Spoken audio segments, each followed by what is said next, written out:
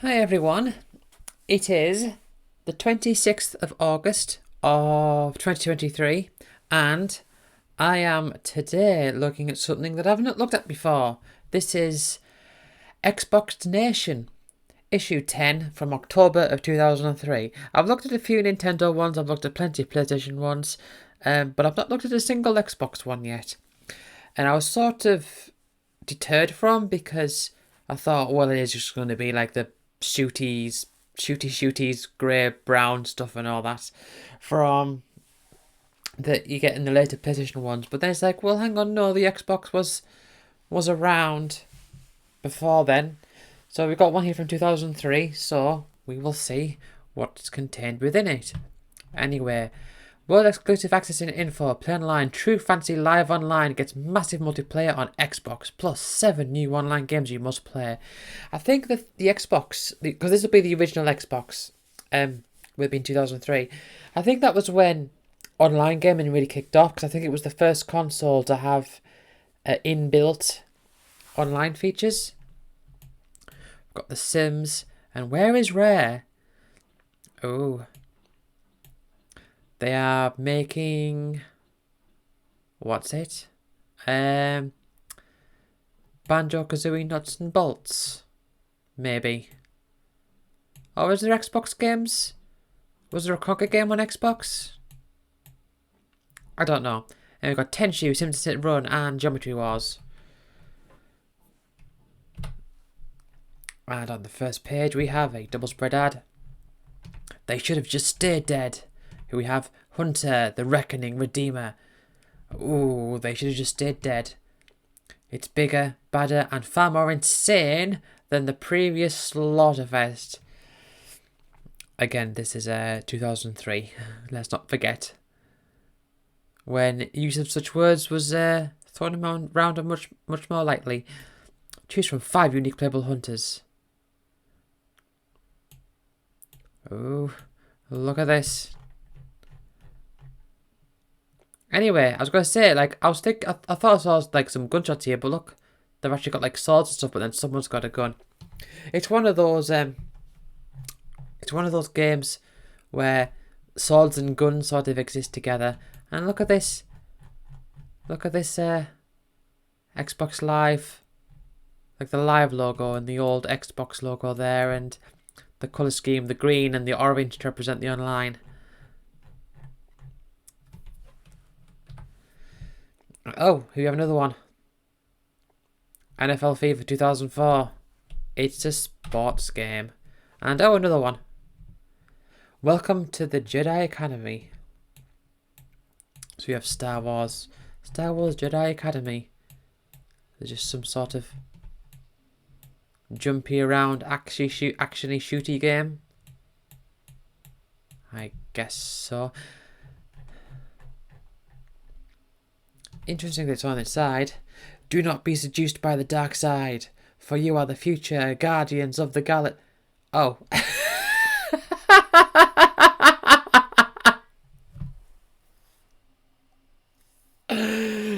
Ah, you are the future guardians of the galaxy. Ooh, can't say that these days. Not with copyright and trademark around. Still, it's funny. So, got some contents. Real life fantasies. Ooh. Goes massively multiplayer with true fantasy live online. That's on page 44. So that'll be the game that was advertised on the front. We've got some Soul Calibur 2 there. Some racing games. And here we have the contents. Number 104, Buy Me. Extra. Oh, right. It does talk about this thing, so it's stuff to buy and all that. Oh, we've got a few sports there, a few pages to skip over. Anyway, let's get to it. Okay.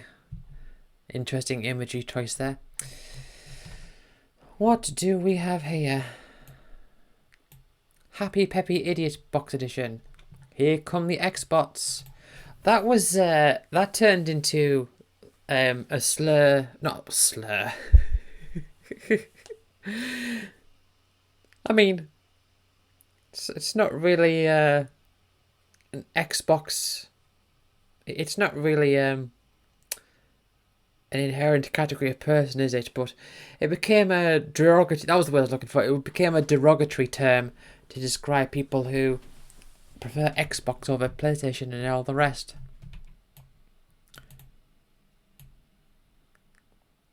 So just going over some things that the thing mentions. Anyway, we've got some of these characters here. So these are the team behind it. We've got a robot and someone with a fish. My mum the mackerel. He's a zany senior editor with a hook for a foot and a penchant for delightful wordplay. She's his mum, a real fish out of water, literally. And when Mr. Epstein, the nutty next-door neighbour, unexpectedly stops by for dinner and the refrigerator is empty, well, what's a ne'er-do-well purveyor of plastic punnery to do? Who knows? And here we have a toilet. Here we have a sort of hillbilly type character. What do you get when you drop Andy Mendoza into a forest with well-meaning but incontinent muppets? You get Uncle Andy's jug time fun time. And we have this person. Stop whipping me. Prime time has never been so deliciously rib-tickling with Stop Whipping Me, a reality show starring plucky young art intern Chris Cruz and the heartless overseer who whips him like a governor mule when he brings back lunch without exactly 27 napkins and 4 ketchup packets, or when he asks to leave work for only 62 hours. The intern? Anyway, what is this Zodiac? Zodiac 2, what is this? Introducing from conception to reality. Oh, I see what you did there. From conception. GBA, eat your heart out. Witness the birth of true mobile entertainment gear. It's freedom to go and do and play what you want, where you want. It can even play Tony Hawk's Pro Skater 4. Listen to MP3s. And choose from more than 19,000 Palm OS applications. I've never heard of it before. Never heard of it. And another 2-page spread. I've got to say, when it comes to, I do like, thematically speaking, I do like this whole like posh cars at night in a city. Although the screenshots aren't necessarily all that. I mean, that one kind of is city, like a city type area by the looks of it. Corvette 50. Backyard wrestling. Where have I seen this before? Did Square Ride Jack make a video on this? Over 40 songs from all these bands, of which I know a few of them. I know Rancid pretty well. The others I know a few, like I know one CKY song. I know a couple of Bowling for Soup songs. I know a few Dropkick Murphy songs and a couple Sum 41 songs. But I wonder what Rancid song. Let's see, what Rancid song would they have in a game about wrestling? From 2003. So, Indestructible. Fall Back Down. Ah, yeah. If it's 2003. Is this 2003? Yeah, this is November 2003. So, did I say October, November? Because it's listed as October/November. That's what I think it is. But anyway, my guess is that it's gonna be Fall Back Down. You know what? I should look that up. One moment. Right, I'll take this off screen for a moment. Right, Backyard Wrestling soundtrack. I'm taking a little... Oh, Let Me Go. All right. Well, Let Me Go is one of my favourites. Hold on, where is it? Rancid.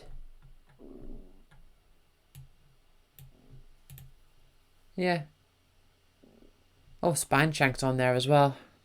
Does it say Spineshank? Oh, no, it does say Spineshank. Synthetic by Spineshank. I've heard that before. Oh well. Correction, I need no direction. Let me go just one last time. I spent my whole life searching for direction. Okay, let's get this back to full screen. I just had to take a little detour there. Yeah, but Fall Back Down would have worked well. I mean, I do like Let Me Go more as a song, but Fall Back Down would have worked better. Annihilate your opponents with barbed wire, thumbtacks, light bulbs, stop signs, car doors, tables, and more. Jackass meets the squared circle in America's backyard. Turn the page. Oh, expansive. So we've got some. Oh, Xbox 2. Let's have a look at that. We've got a few extra bits. So we've got, what's this? So that's for like to do lands. That's to do LAN games. I have now got a headset there. Live web. The Xbox has a browser. With potential as frightening as it is exciting, Live Web keeps Xbox users connected to their digital addiction at all times, essentially. The service allows players to stay connected with other live players from any PC via the web to see which of your friends are playing online. Okay. Alright. So that's... You can connect to your Xbox account on a PC then, that's what that's saying, rather than you can use a web browser on your Xbox. Anyway, the Xbox 2 development, which is released a couple of years after this, I think. It's just going into tech details, I think.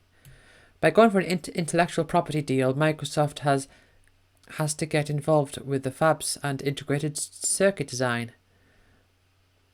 Although the company has had experience doing things like that with its web TV box and its set-top box, they may or may not have a team in place ready to go quickly, building and testing, yada yada yada. I had a friend at school who was he had an Xbox, and he was really into, he was talking about the development of the Xbox 2, and he used to make his own logos for Xbox 2. Before it was called Xbox 360. And look, it's got a player, so you can play music. I remember that's how, the first time I heard the Bad Religion song Kerosene, because I was just sort of getting into Bad Religion around this time, and he was also into Bad Religion. He had a song, Kerosene. He was playing Tony Hawk's Underground, and he was playing Kerosene. That was the first time I heard that song. Halo evolves. I was going to say, wasn't that a word, like the word evolve, that would usually get is it like associated with Halo? But then it's like the first one is Halo Combat Evolved. It was a dark dev PC games when Microsoft acquired Bungie as a first-party developer. Being the creative force behind the revolutionary first-person shooter, Bungie's assimilation meant that Halo's PC release was going to be delayed indefinitely in favour of an Xbox launch exclusive. So Halo is eventually coming to PC.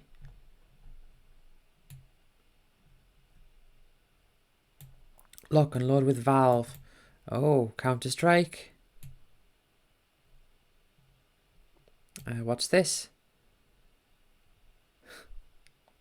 The X Factor inside. Oh, again, an unfortunate name.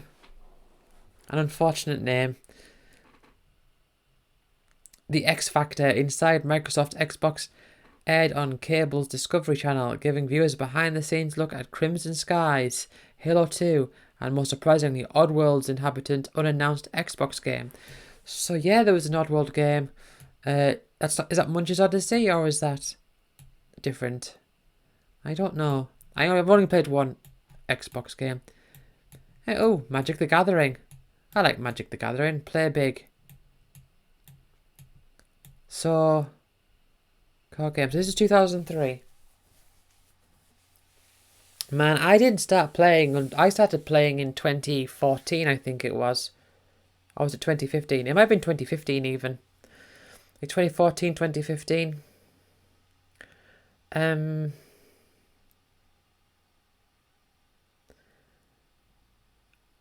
And so this was like 10 years before then.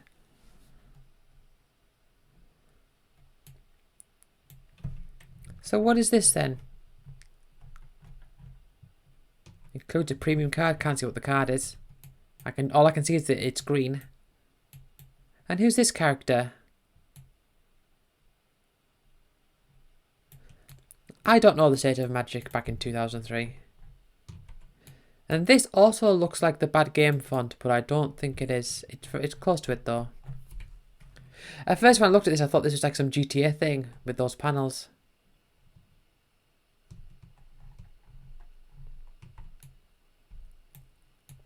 I mean, that looks like the Delver of Secrets. This isn't related at all. Oh, a championship, dragons, and some archer dude. Some buff archer dude. Exclusive and electronic and artistic, not online. Economics plays a huge role in Electronic Arts' decision to shun Xbox Live. Really? You mean to tell me that Electronic Arts favours money? I would not have guessed it. I would not have guessed it at all. Oh, Phantom Unmasked, new console unveiled. What is this? Oh, it's got the Phyrexian logo on the O there. I can tell you it's not vaporware. It's real and it's coming very soon. David Frederick, CEO of Infinium Labs, said about his company's new Phantom Games console. I've never heard of it. It's coming out in 2004. It will be less than $399.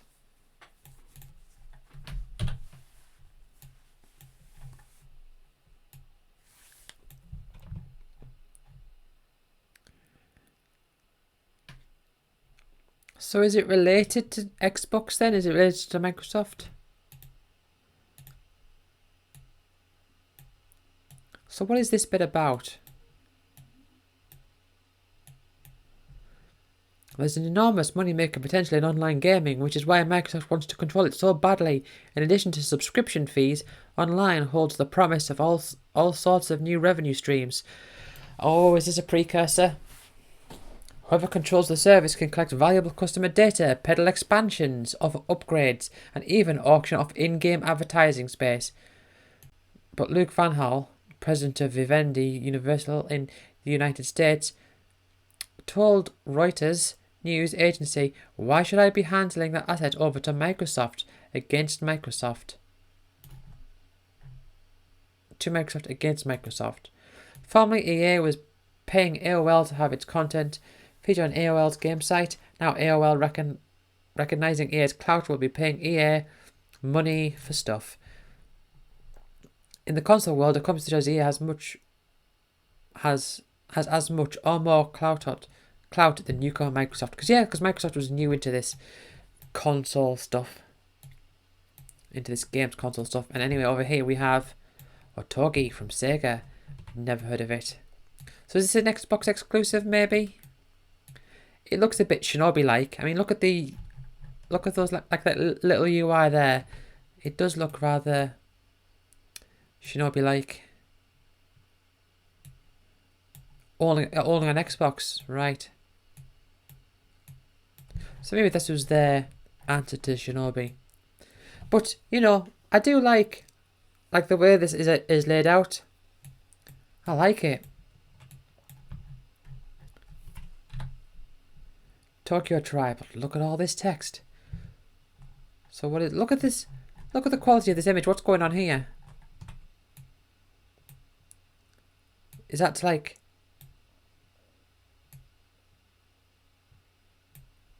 That can't just be because they're moving. It's all pixelated. It's not blurry. And they're trying to hide the number plates. Anyway, what's Tokyo got to offer Xbox?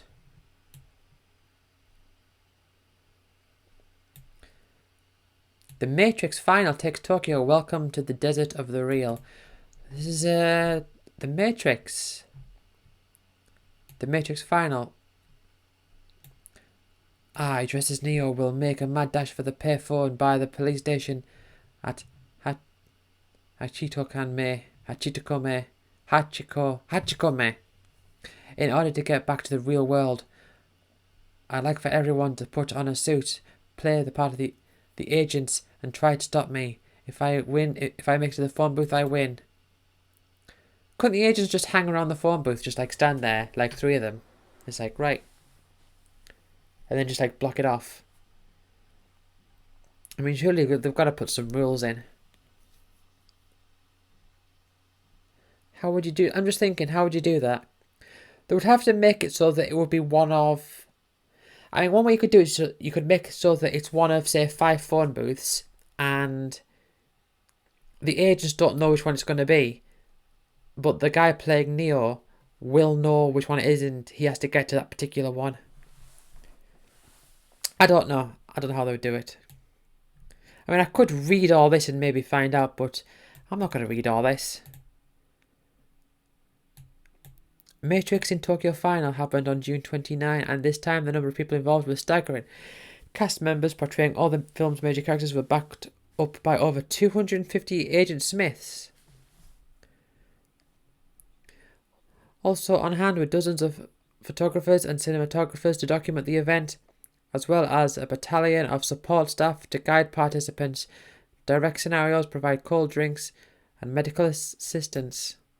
A sweet talk, the inevitably concerned police... Oh, and sweet talk, the inevitably concerned police officers.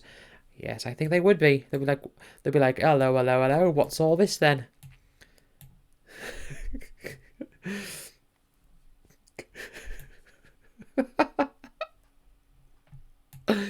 When they see all these, like when they see this going on. The Matrix flash mob shows that there's a nation of otakus waiting to be tapped by Microsoft, providing it gets its act together. What a strange thing. Over here we have Baldur's Gate Dark Alliance 2. So, is Dark Alliance 2 like its own sub-series? Forgotten Realms? Is Dark Alliance its own series, like sub-series of Baldur's Gate? I don't know. Because as of time of recording, Baldur's Gate 3 is a big thing, and I assume that that's not the direct sequel to this. But I don't know. Anyway, this looks like a film.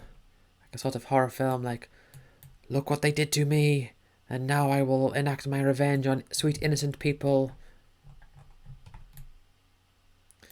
On the DL. All the latest live downloads. Right. Inside Pitch 2000, Mech Assault. 5 new maps. So, yeah, the DLC. Fantasy Star Online versions 1 and 2. 3 downloadable battles and 4 challenges posted. So, is this like paid for stuff, or this isn't just update, is it?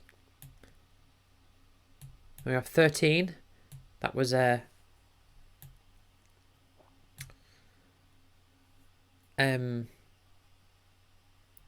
shooting game. So, expectation. So, is House of the Dead a horror film or a live action game? I think it's a horror action film, or an action horror film. You can turn it both ways. I think we have some creepy moments, like when a young woman is in the water, or when there's a girl alone in a house and she's attacked by a zombie. But we also have a lot of action going on, and this is where my idea was to really show this is a video game based movie, not just a movie like Nightmare on Elm Street or Halloween or something, where you're building up lots of suspense. We have a war going on in our movie. It's not just a slasher movie. Like, what is one of the biggest grosses, like the biggest gross out sequences? Well, let me go into detail. So one of the actresses tries to escape the house to a slide.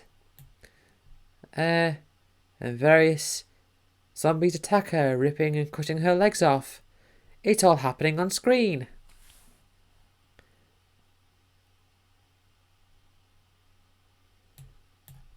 Alright. And is there nudity? Ha ha ha. Do you think that's important? I think maybe because I'm from Europe, I'm not so scared of showing some nudity. Topless women, but for me, it's not a question of whether or not I have to put naked girls in the movie. It's more the question, would it make sense for them to have a top on or a bra? For example, if a girl goes with her boyfriend swimming in the ocean, she would go topless if nobody else was... Would she go topless if nobody else was in there? In Europe, there's no problem with getting a PG-13 with topless women, so it's only tricky in America, I think. Okay. I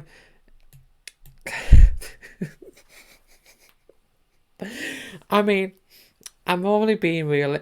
I mean, it's not that I like it being lewdy and all that. I'm just thinking realistically. Well, what would happen in real life?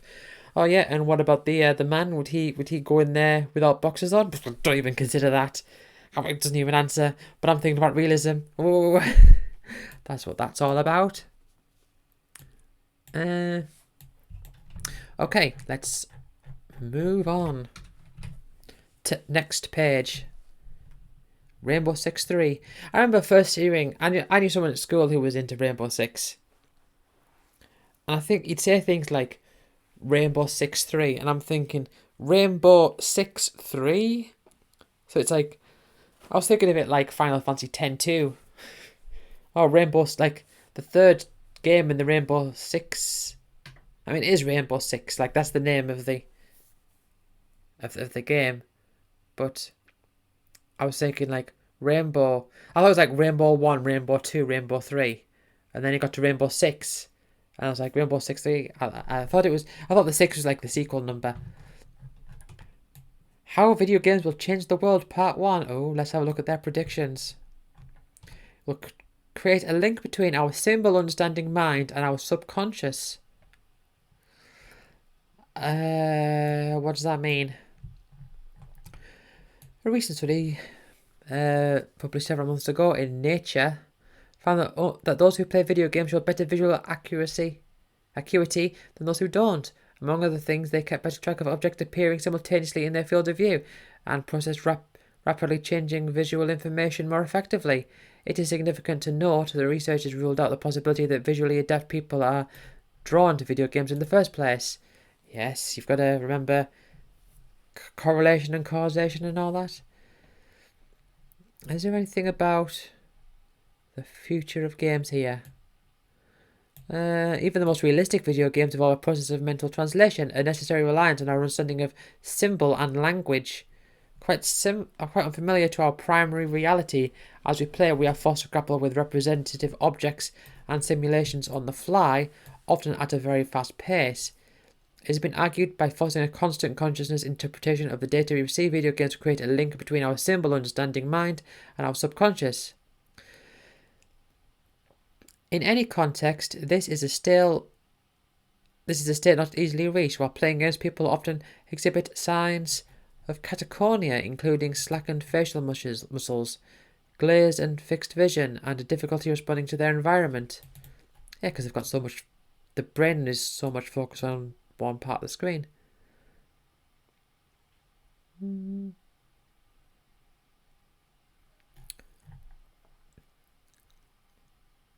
Perhaps the most remarkable in left brain organization and resource management ever conceived. That's Warcraft 3. The active process of interacting with a dense systemic computer program is one that engages the mind on many levels. Okay. So I'm not really seeing much on how games are going to be in the future. That says part 1. So there's another one. Oh, Soul Calibur 2. Soul Calibur 2 on the GameCube that had Link on. This version has Spawn on, I think. But I don't know who Spawn is. Or is that Spawn? What did... the PS2 version had Heihachi from Tekken. But I had the GameCube version. Get on by the mini-bosses. Imagine the Castlevania theme song as interpreted by Black Sabbath. Steel Battalion. Is that the game where you had to like press the button at the exact right time or else you wiped your save data or something like that? Pass go online with live. Oh, okay. Game soundtracks have gone away from riffage. Oh, the mini bosses. Oh, the mini bosses is a band that plays game music. Okay. An instrumental quartet who covers soundtracks of old school Nintendo 8-bit games. Group members began playing after moving from their hometown of Boston, Massachusetts in early 2000. They play classic gaming soundtracks because they're exercises in overcoming limitations. Yes, which is why old game soundtracks, you get a lot of very... Old game soundtracks tend to have a lot more... like easy to remember, like little tunes.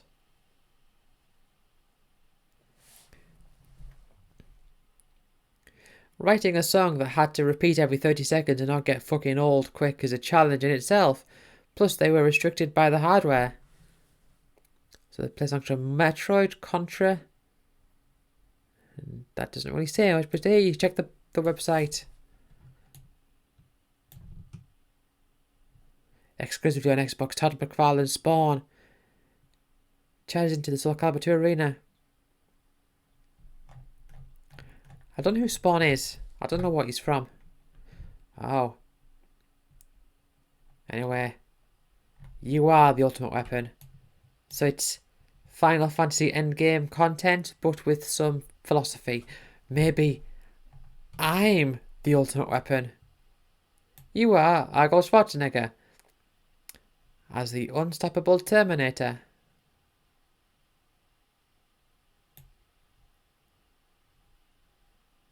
Fight from both sides of this catastrophic conflict, battling to protect mankind or eliminate it. With the original 2-3 film, oh yeah. So this is just like a movie tie-in game.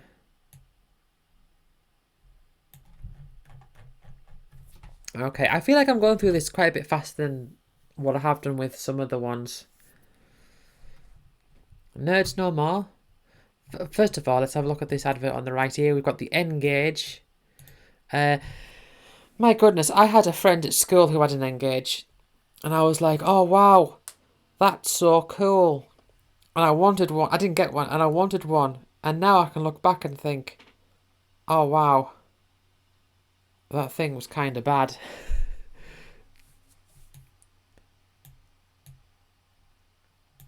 And look at this. This is where I left Kate, Lucy and Michelle begging for more. How rude.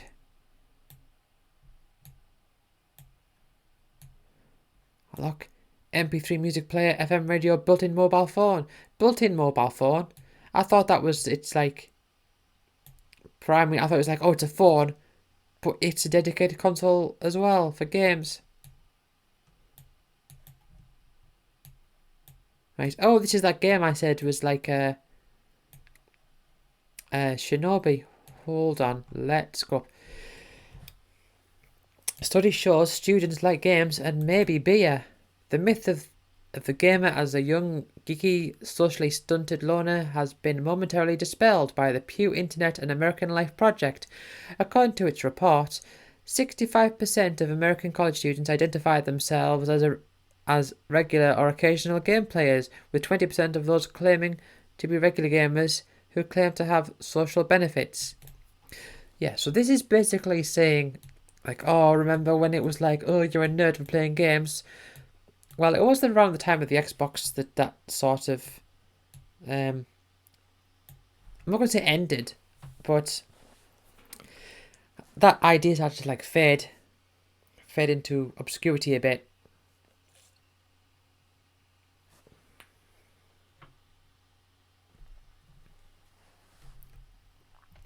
32% of students admitted to playing games during class, and 48% reporting that games occasionally got in the way of studying. See, I was looking at that, I was thinking, how? 32% of students admitting to playing games during class. I'm thinking, how did you do that? And then I remembered there was one time in uni. I was in a lecture. I was sat at the back with a few friends, and while the lecture was going on, I was playing Crash Bandicoot on my PSP.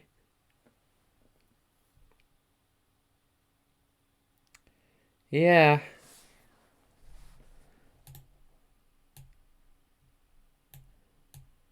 Right, what's this bit about? Microsoft gets high heat franchise won. Right, well, anyway, let's have a look at Otogi, the art of myths.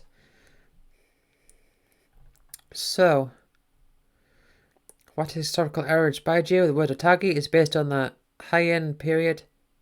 I don't know how you pronounce that word. Japanese history. This period was especially colourful and glamorous era, centering on aristocracy.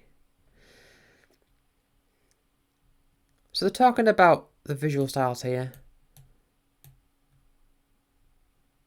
Is there anything to talk about for how the game plays? There are many differences. This is between Eastern and Western character designs. The biggest being use of colour. In Western countries, primary colours are used a lot. In Asian countries, neutral colours are used more abundantly. Primary colours are used a lot in Western countries. I mean, maybe this is before like I was saying before the whole big brown FPS thing really kicked off. But hold on. The common explanation is that these differences are influenced by cultures and genetics, but I believe they are designs that exist which rise above being considered either from West or East. For instance, the characters Disney created are popular in both West and East, and they are the ones I find the most artistically attractive. Yeah, I mean, if you were to ask me which character designs are most colourful, I would definitely say Eastern characters over Western ones. Definitely.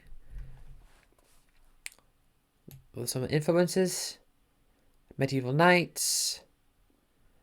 A unique and attractive superhuman character, so we created him as a Japanese samurai fused with the powerful and gorgeous knights who appear in the fantasy world of medieval Europe. Right. Okay. Well, let's move on. Oh, more Rain-Gauge. This is where I came back to life. At the cemetery. Overlooking a city. I don't get it. I do not get it. Boogie nights, it's alright. Dance with the boogie da-da. Got to keep on dancing. Oh, hold on. Xbox Platinum hits. Good games for $20. So, this is... So I guess the word called Platinum... I'm guessing... So with Xbox, Platinum is the word that they used in the US. In the spirit of saving money and playing video games, Xbox Nation presents... There's these games here, which have come out on the Platinum range. Tony Hawk's 4's the only one I've heard of that. James Bond Nightfire. France told me about that one.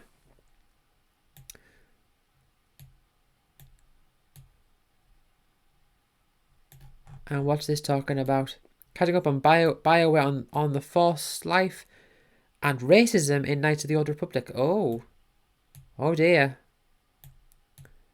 Knights appears to be consistently confront racial issues in the Star Wars universe. For example, non-humans are non gratis on the top level of Taris, and slavery and racism are central issues when the player confronts the Wookiee word Kashyyyk. Is this intentional social commentary?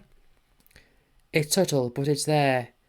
Honestly, it's more of an intentional dilemma than a social commentary. You know, this is the type of thing where they do make it like obvious, like, oh no, that race of people are bad, we don't like them, and then down the line, some actual like some racist, like proper racist people will see. This is Star Wars, isn't it? Knights of the Old Republic. Someone will come, like, yeah, they do this whole like, oh, Star Wars has gone woke or whatever, and then people will say, well, what about this time? And it's like, oh no, that wasn't woke. It's like, it always was. It always was what they call woke.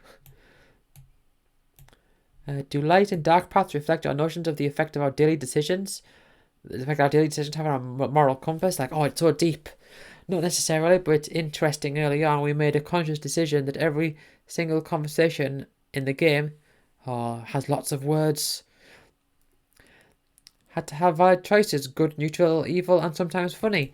Yeah, so this might be the time when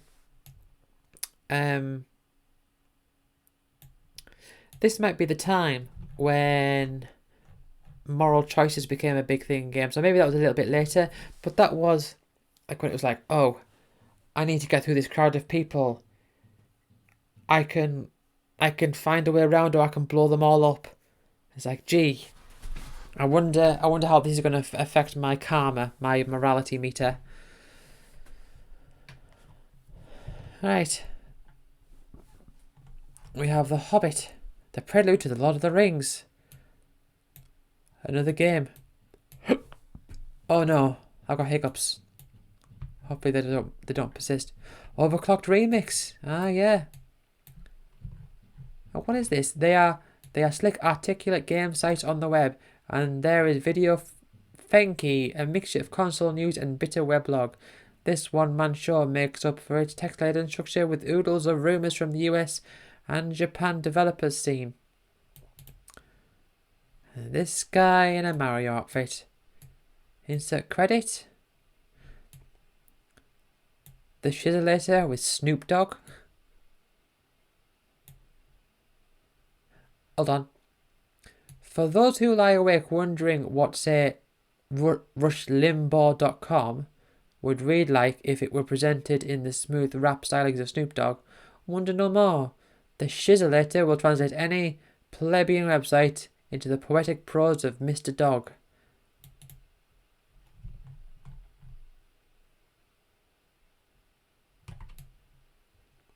That seems fascinating, and I'm being absolutely sarcastic there.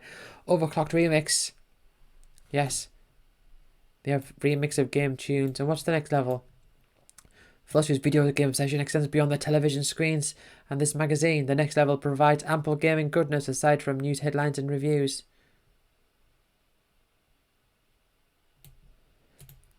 Responding to such threads as I hate video game dreams and screenshot of the year. Are they going to have... I mean, they probably won't, but it would be nice if they had a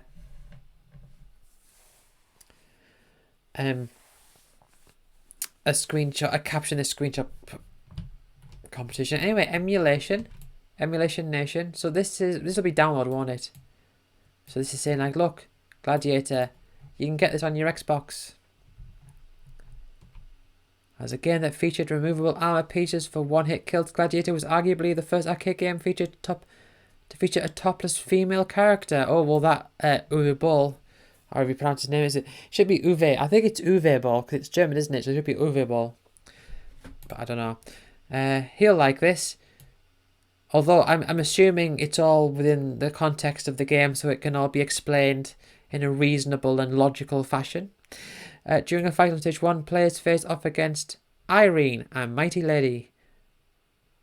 Knocking off her breastplate in the Japanese version rewards players with, voila, pink nipples. I mean, it only makes sense, doesn't it? Logically, like, you'd want to attack someone, you'd want to take off their armor, leave them more vulnerable to attacks. It's logical.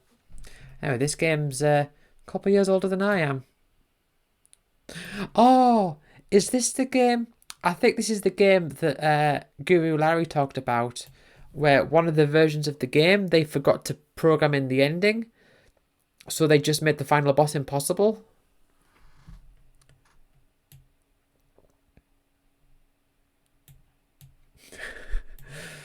I think it's that game. It's like the Spectrum version or something. Anyway, on this side we have Break Out of the Ordinary with Butterfinger. Is that the thing that Bart Simpson was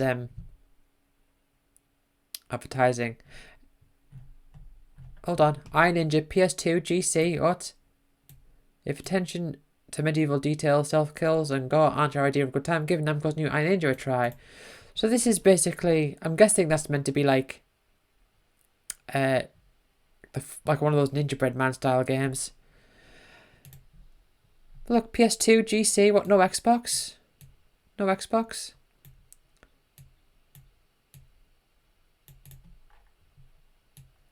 Got some cheats here. The Freestyle Metal X.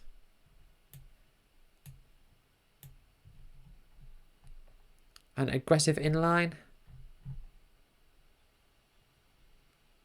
I was looking at that screenshot and I was thinking, what's going on there? Is he like holding up a boulder with one hand? But no, it's an island in the distance. I don't even know what's meant to be going on here. Meant to be balancing.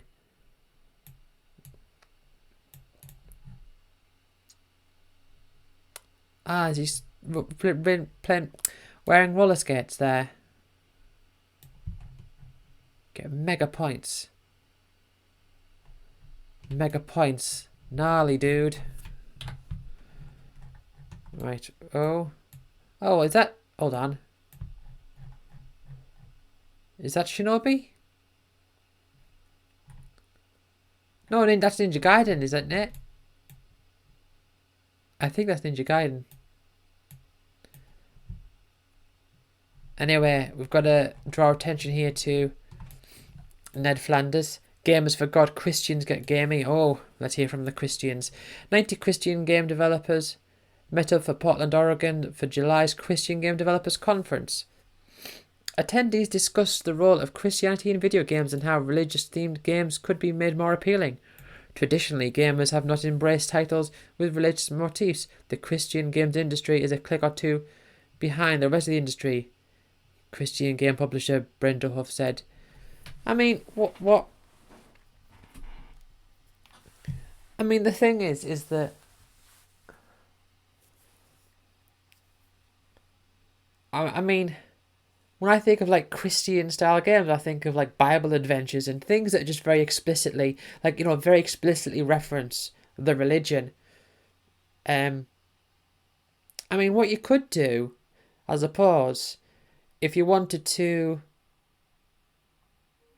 if you wanted to sort of go that route without alienating people and making them feel like they're being preached to, you could have a game that invoked like vague, like some vague sort of concepts of, like, you know, sin. So you've got to do things, and instead of the character, but the characters aren't always like, oh, Jesus said this, Jesus said that. It would be a case of I don't know. I mean, it depends on the depends on the sect of Christianity, because I suppose some sects of Christianity, it would be a case of you can't say anything outside of that. Anything outside of that is just immoral. So I don't know what they would do. I was just thinking they could do things like, oh, let's make games that promote giving and helping your fellow neighbour. That's the best I can come up with.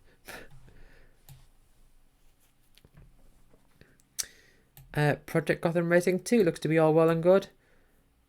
What with the reflection mapped cars and Kudos and such. Oh yeah, Kudos was that was like a currency that you won, wasn't it? Like experience points.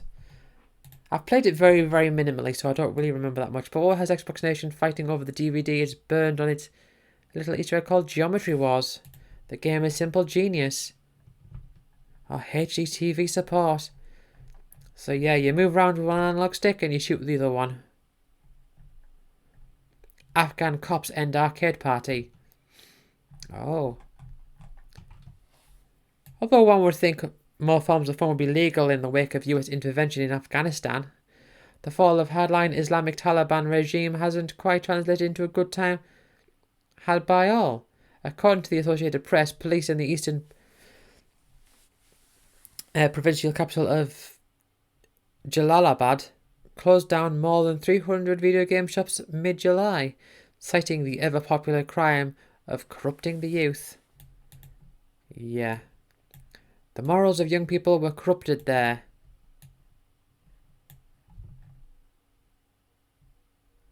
I mean, look at this. Look, they're writing out in English, but they're like, oh, well, let's make it a wavy font. So that way it can look vaguely Arabic. Jeez. Oh, and we have lots of basketball players with lots of basketballs. I wonder how this game would go down. Not very well, I imagine. Real Life Fantasies. This is the game that was on the cover, I think.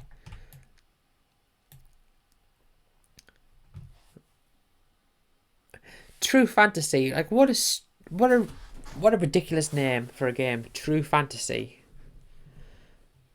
Or True Fantasy Live Online. Xbox first massively multiplayer RPG. So we've got some nice cel shading graphics here. This page, oh wow, doesn't this character look like she belongs in Dark Cloud? That's Dark Cloud style artwork there.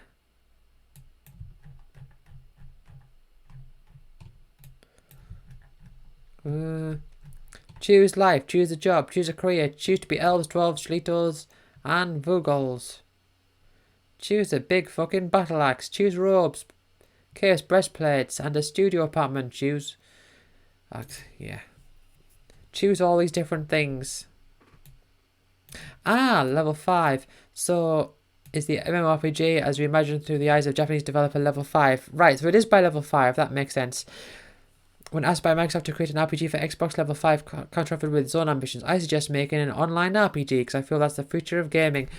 I do remember that sentiment, and I do remember thinking to myself, around this time,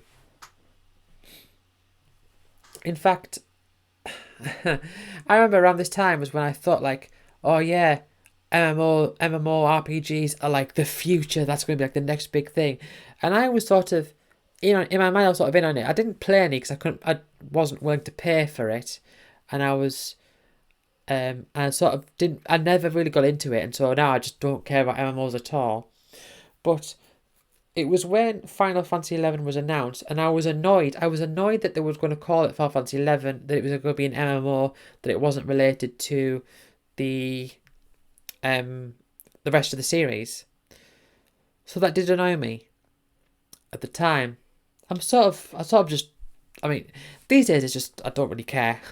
But it's amazing. It's amazing how much I cared then.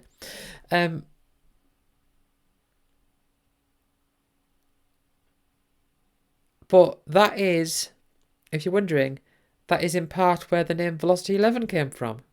11 was me thinking about, Final Fantasy 11. I was thinking, oh yeah, 11, that's a cool number. That represents, like this big wall, like 11. Oh, and then I just sort of went from there. It was a gradual process.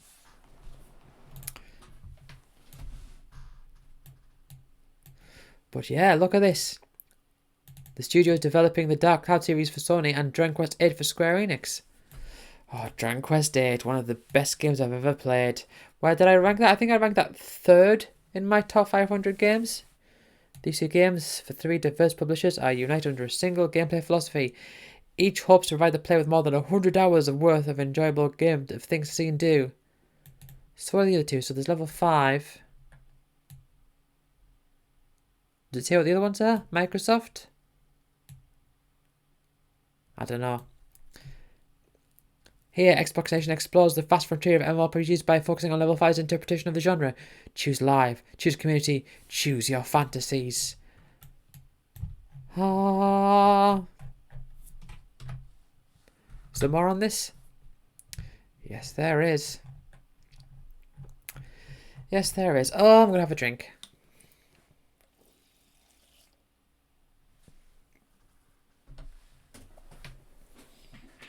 I'm going to get one of my lovely mints. You probably hear that.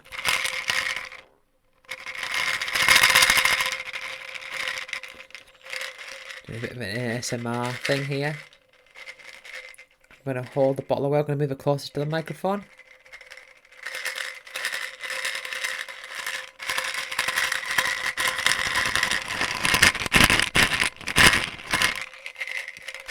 Yeah, that's getting loud.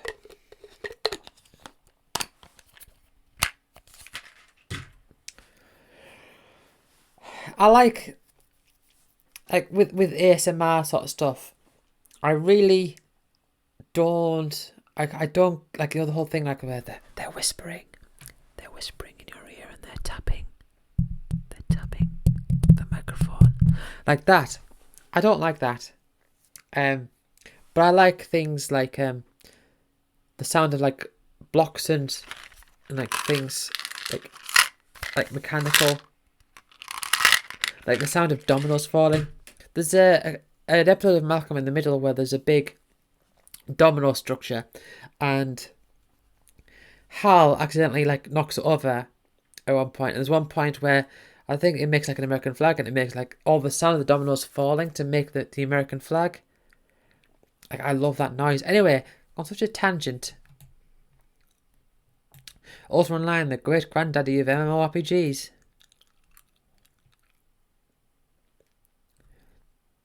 When the series patriarch, Lord Garriott, aka Lord British, aka the man who practically invented the electronic RPG, announced the franchise was going online, people listened.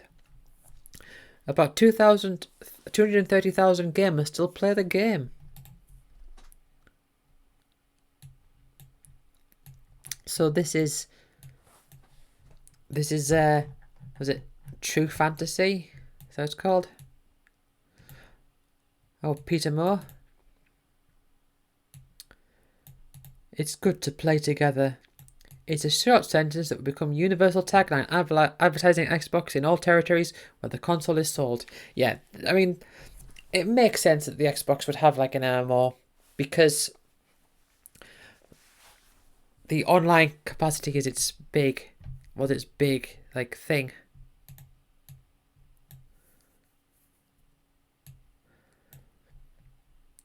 Those days of socially dysfunctional gamers playing solo in the living rooms are over. Yeah, that's a thing in the past. That doesn't happen anymore. No one plays games single player anymore. It's all about multiplayer, which sadly is a state that a lot of the industry went. State of the way that the industry went. A skilled player can shoot other gamers in first-person shooters, outrace them in racing games, and overscore them in sports titles. In other words, people who are good at games win. There. It's a long way of saying that. Competition is important in society, but so is cooperation. Most societal interactions are some grey-hued mixture of the two. Relationships with other people aren't zero-sum games, and if the future of gaming is truly a social activity that Moore describes, then players need games that reflect this complex web. Can you believe it? A multiplayer game where you help each other. Oh, fishing minigame, of course, has to have that. This kid here has a massive nose by the looks of it.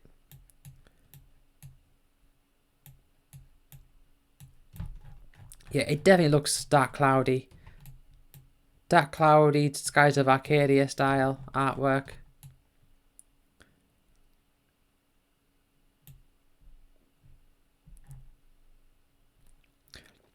With True Fantasy Live Online, what again? I can't get over what a terrible name that is. MMORPGs take their first true leap onto consoles. So was Final Fantasy 11 not on the Xbox at this time? When did that come out? MMORPGs make their first true leap onto consoles. So I'm guessing you got to pay online. You got to pay for the Xbox Online and pay for the subscription of the game. Hold on, the treadmill is the point where an RPG's equipment, items, enemies, and player characters are all advance at precisely the same rate. So the numbers change. The gameplay.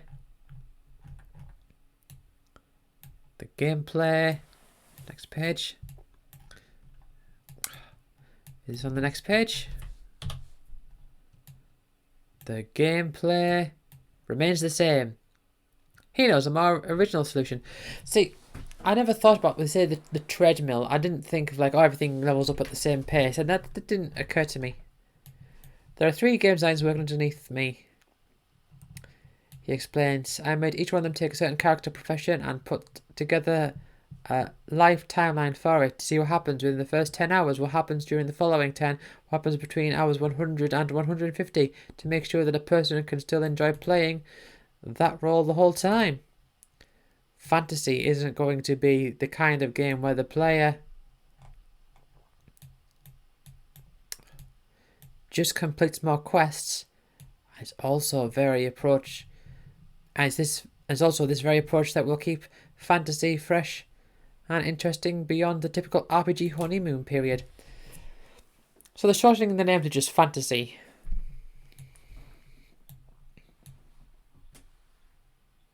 You know, it's amazing, like, Final Fantasy, the name Final Fantasy, I think is a brilliant name.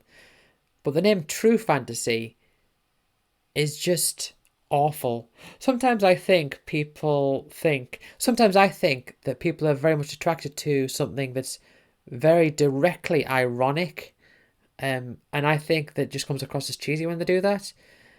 Like, there's a song I heard recently called Usefully Useless. Like, it's not a good name. Battles employ the menu-based auto-attack system common to the genre, but there are a few twists. Fantasy has abolished the concept of leveling up entirely, replacing it with systems of skill proficiencies. Combat and non-combat skills are upgraded by repeated use. That's been a thing done by other games. He hopes that the skill-based system lets players of different intensities group together effectively, so casual and hardcore gamers won't be stratified into different cliques. In fact, the game is designed so that casual gamers can enjoy it fully. No. But those who play more frequently can earn exclusive rewards. Hate fighting? Don't worry, there's a room in Fantasy's world for pacifists too. I don't just see Fantasy as a combat exclusive game where the experience can be enjoyed only by people who have chosen combat professions. See, the thing is though, and this is the thing with a lot of games where they do this whole thing of, oh, you can play the way you want and all that, like you don't have to kill enemies.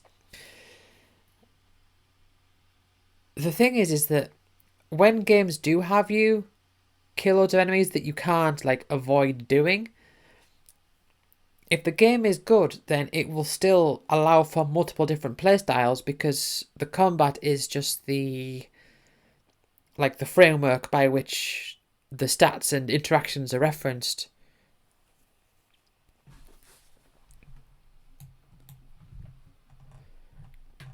Like, there's nothing... I mean, gameplay-wise, if you compare, say, the original Super Mario Brothers to Tetris, people would say, oh, well, the Super Mario Brothers Tetris is more violent because, you know, you're jumping on things and you're killing enemies and you can die. But there's nothing about the gameplay itself that's more violent. If you get what I mean. So they've got these little green boxes going into other MMOs and all that. Also, this thing of you level up exactly what you use. It's dodgy. Oh, Final Fantasy 11. Hold on, let's have a look at this. Though True Fantasy Live Online is the first MMORPG on Xbox, it's not the first one developed exclusively for consoles. That honor belongs to Final Fantasy 11 on the PlayStation 2. Don't let the number fool you. Final Fantasy 11 only bears a superficial relationship to the previous 10 games in the series. Right, so I guess it was on the PS2 online, but it wouldn't not the UK. It was on the PS2 online because the UK didn't get PS2 online capabilities as far as I'm aware. I don't even think we got the game on PS2 regardless. But I'm sure it did come out on Xbox eventually. Despite all this content, a world is nothing without people to populate it. Level 5 is designing fantasy with the gamer's experience in mind. The goal of the game is to let players enjoy their lives and freedom. That again, if you do this thing of you can play however you want to play. We want to give you options. That's like you still need like a framework you still like to work within to push people to go a certain way, if you know what I mean. Like not necessarily like any particular way, but to go like you still need people to interact with things that will encourage them to make them think, oh, this thing I've discovered, maybe this thing is effective, so then they'll try it out and they'll go down that path. And then when they make the decision to continue down that path or go down a different path, then it's going to be something that they've concluded to come to the conclusion of based on their experience of the game. You can do that. You can't just do this thing that a lot of companies I've seen them try to do, where it's just like, well, you can kill enemies or you cannot kill enemies. You can jump or you cannot jump. You can do this thing or you cannot do this thing. It's all completely up to you. Because if you make everything just, if you don't add those restrictions to it where things affect different things, then everything becomes pointless. Like, it becomes a case of, well, if anything can be achieved just by doing however, like whatever you need, whatever you quote want to do, then what is the drive to do those things?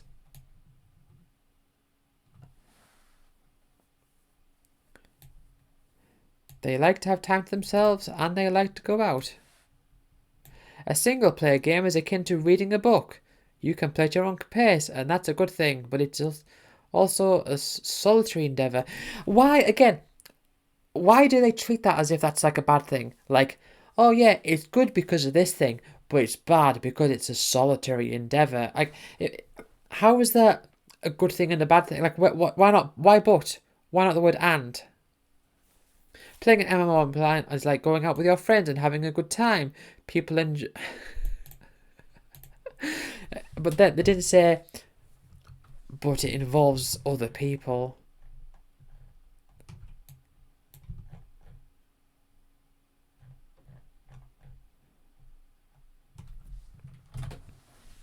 Anyway, Gladiator, Sword of Vengeance. So this is not that game I was talking about before.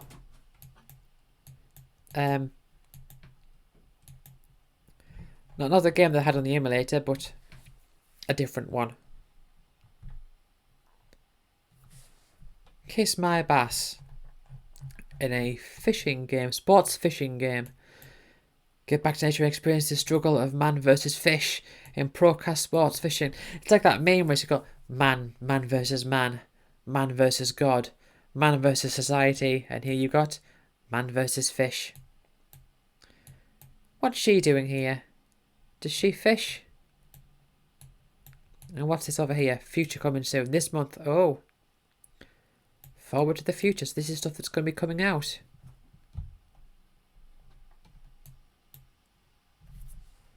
Right. Oh, cars. Look.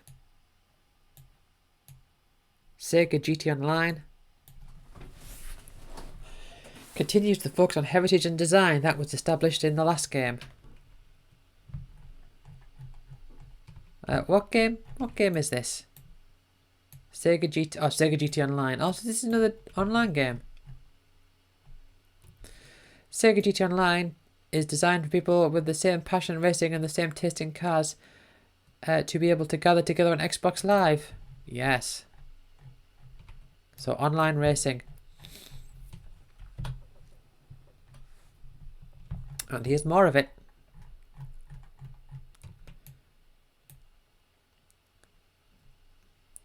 Plus, the fact that the online ranking system spans the US, Japanese, and presumably European Xbox Live service also means players can look forward to international competition.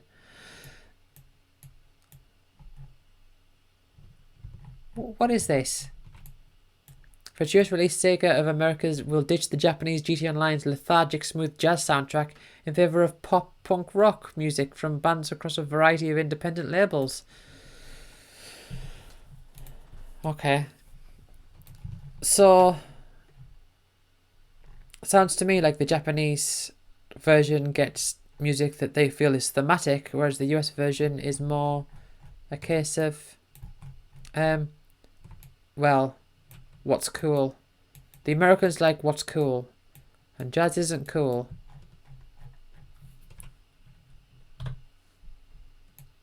And here we have Crimson Skies. This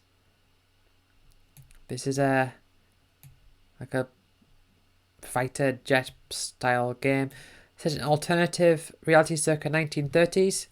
The United States, having felt its death knell by the Great Depression, has split it into 20 feuding countries. Ah, so they've got to fight each other now. Look at this. Skies is obviously going to be remembered as that online dogfighting title for Xbox Live. I don't remember it at all.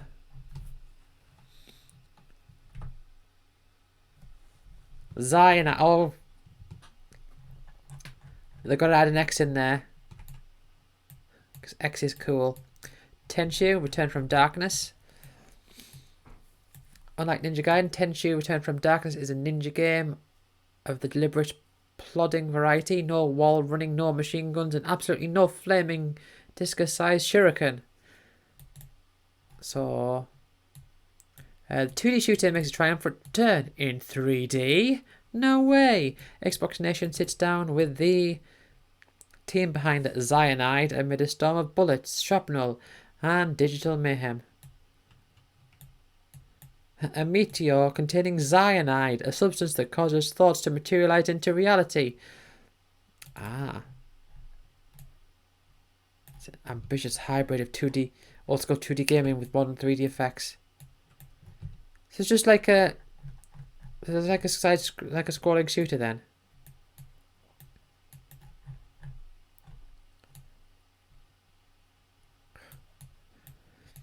We've got dinosaur hunting. Dinosaur hunting is truth in advertising personified. Your mission should be to, should you choose to accept it, is to stalk and bag a host of surviving reptiles from the Amazonian lost world. And big dino there. See, what I say? Young Keith Richards was very pleased to meet and smoke his first real fan. Oh, that's an age joke. Whiplash. Black 9. I've never heard of this game. One stage requires Spanx and Redmond to commandeer a chicken cannon. So this looks like... I think there was like a phase of Xbox games doing the whole...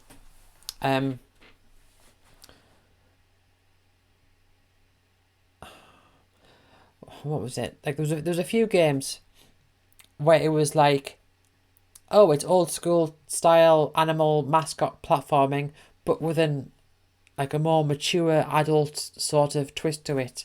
Like, was the Blinks one of them? I'm sure there was a few. I think Conquer had a game as well.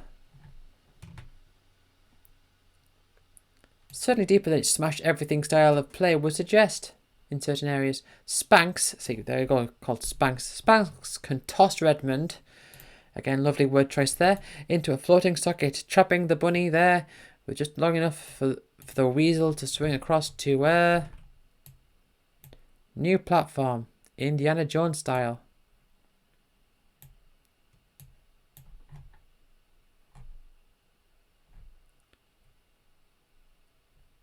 So which one's Spanx? Is Spanx the big one?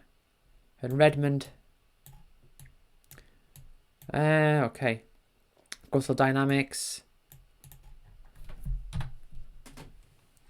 Got Mafia. Gladiator. Is that the one they've talked about? I believe it is. We have Rainbow Six 3. A tactical shooter. Formerly known as Raven Shield on the PC.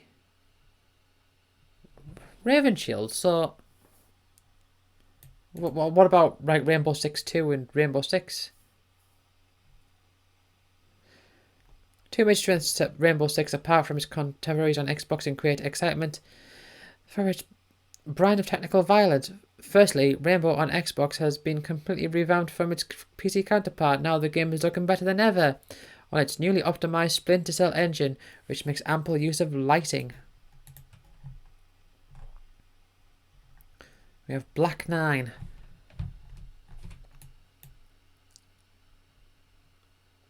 A developer of the PC strategy games is trying its hand at console gaming, and early hands-on reveal an action-adventure riddled with flaws. A sci-fi game set in the near future, Black 9 puts players up against secret societies and Illuminati sex. Oh, its RPG aspects allowing players to upgrade and evolve their cyber warriors. So, Black 9. So again, is that a series? Is there a Black 1 through 8? Anyway, turn the page and we get this very whatever word can be used to describe this emotion individual with a multicolored afro. The Sims busting out. Welcome to The Sims busting out, or more appropriately, The Sims the gross out years. Well, it's like the 90s, the gross out 90s. During gameplay, Sims can schlep out to various locations. Sim veterans Bella and Mortimer Goth now live in a haunted mansion of sorts. In one room, Mortimer plays an elaborate pipe organ. In another, Bella activates an incubator and uses it to create a plant that will attract flies and consume them. Anyway, look, there's the afro. And there's a maid with a telescope looking out over the beach. So just normal everyday life stuff. And look at this, getting in a contraption there. Spawn. Oh, Spawn is the name of the game. Hold on. Let's, first before I do that, AMP 2.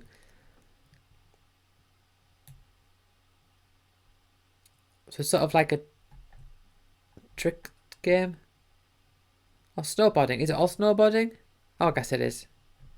I guess it is. Talking about Phallic Spawn, you may remember him from such comic books such as Spawn. Also, it's like a character.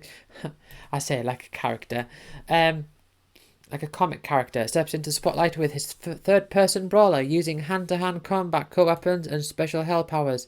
Spawn will toss himself headfirst into the war, battling both angels and the devils. Wow, are you a good guy or a bad guy? Nobody can know for sure. Need for Speed Underground.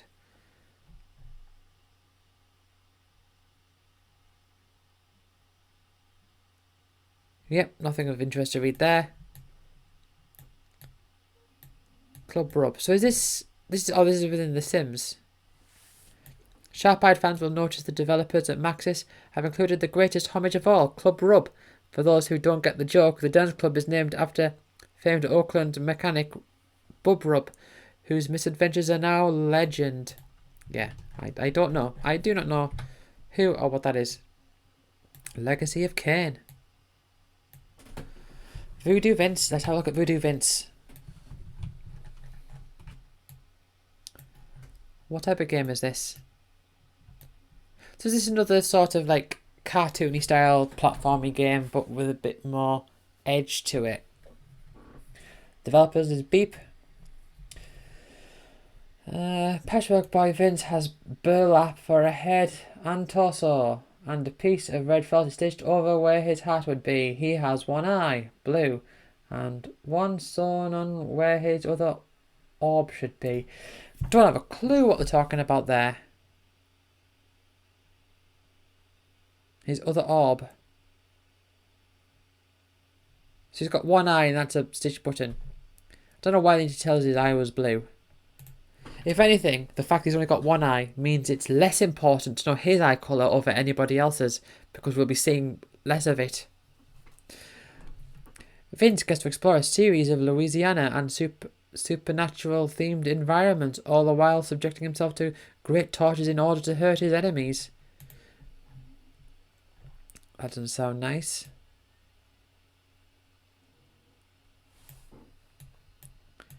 Let me see. Legacy of Kain. I think Legacy of Kain is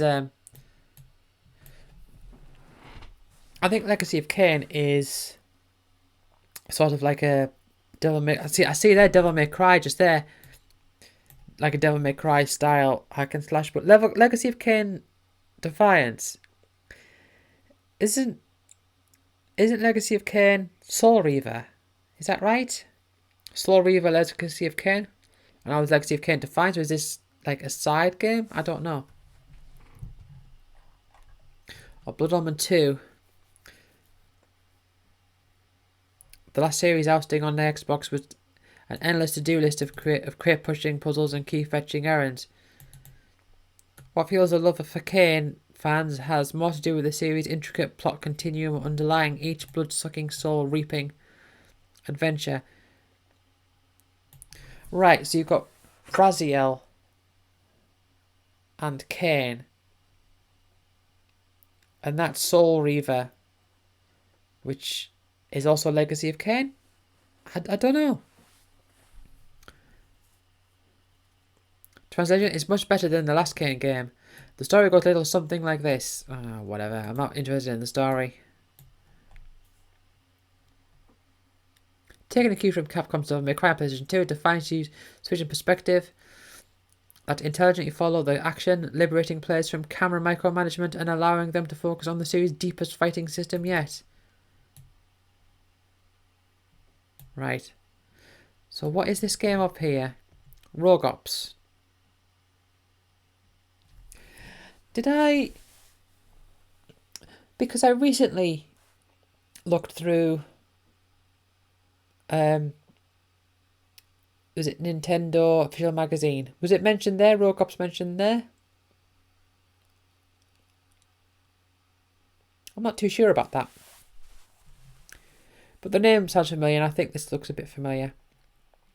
Puts players in control of Nikki Connors, a former Green Beret, who was retired from the service and settled into family life after terrorist attacks.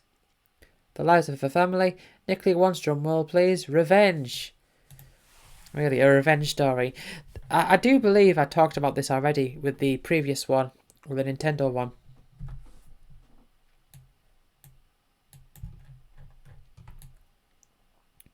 Call of Cthulhu, Dark Corners of the Earth.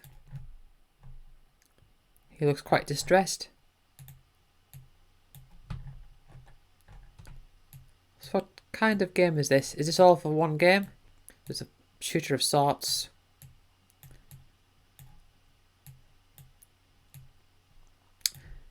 Let's have a little look. Although it looks like a first-person shooter and occasionally cracks in the manner of an FPS, Gray remains hesitant to call it such. For a start, he says there are several sections where the player is completely unarmed and is faced with no other choice but to run for his life. The player is completely unarmed and is faced with no other choice but to run for his life.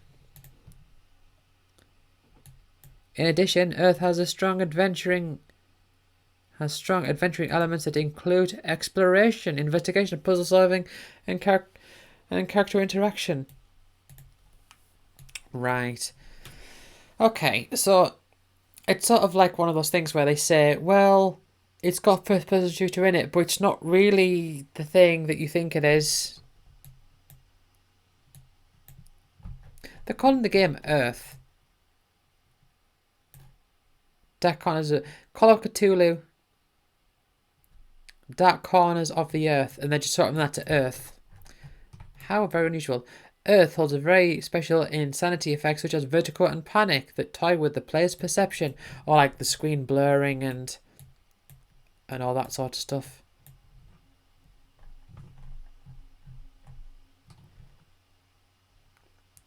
The second scene, more immediate but no less horrific, saw Walters on a boat under assault from a gruesome fisherman. As the ship shook and shuddered with spray flying everywhere, Walters sought to defend his fellow sailors while simultaneously protecting his own hide. It was potent, scary stuff, a tiny hint of the deadly thrills this game threatens to hold. Alright then, let's move on. Oh. I get it. Rare. Where? But look, it's that cartoony style character I was telling you about. Where, yep. But they're giving it a bit of edge. So where is Rare? Rare? Where?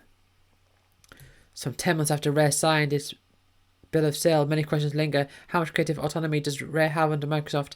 How did the developers perceive the reaction, specifically the negative reaction it received for its games at Ms. Electronic E3? And more importantly, why is Rare making kids games what is largely considered to be an older, more sophisticated Xbox audience? Sophisticated? Sophisticated? But yeah, this is exactly what I was saying. Look. Is this... So what are we seeing here?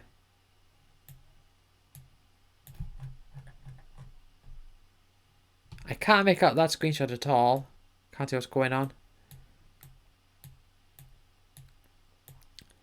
Is that Conker?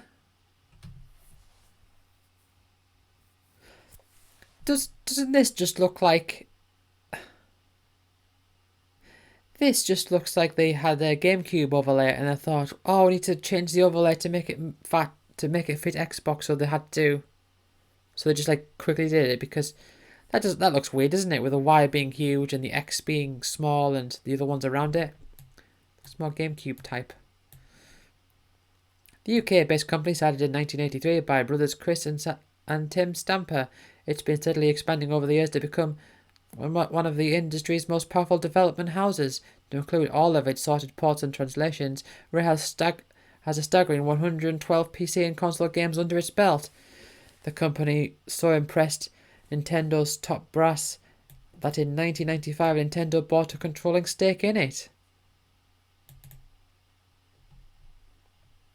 Okay, so what are they doing now then? Or rather, what are they doing now relative to the time of the release of this? Many in the gaming community sneered at the deal, believing Microsoft had simply wasted too much money for a developer that had already passed its creative prime. Indeed. The 2002 Rare was clearly not the powerhouse it once was, with many of its finest members having left to form their own companies. Free Radical Design of GoldenEye fame being the most noteworthy. Rare has also disappointed on all three of its most recent Nintendo titles. Banjo-Tooie, uninspired pedestrian sequel to the developers of Micro 64's minded adventure Banjo-Kazooie. You can tell when they've got like a word quote to hit. Banjo-Tooie, an uninspired, rather pedestrian sequel to the developers' Mario 64 minded adventure Banjo-Kazooie. What a long way of saying Banjo-Tooie, the sequel to Banjo-Kazooie, which was bad. Conker's Bad Fur Day, a fart joke and sexual innuendo-laden third-person shooter heavy on the adolescent humour but light on the innovative gameplay. Conker's Bad Fur Day is exactly the type of game that would be released on Xbox at this time. And Star Fox Adventures, a polished but generic exercise in fetch questing and franchise building that left even Nintendo faithfuls decidedly underwhelmed. So it took all that. Okay, so they were saying disappointed on 3 Nintendo titles, and this text here, that much space there, is dedicated to listing what those 3 games are.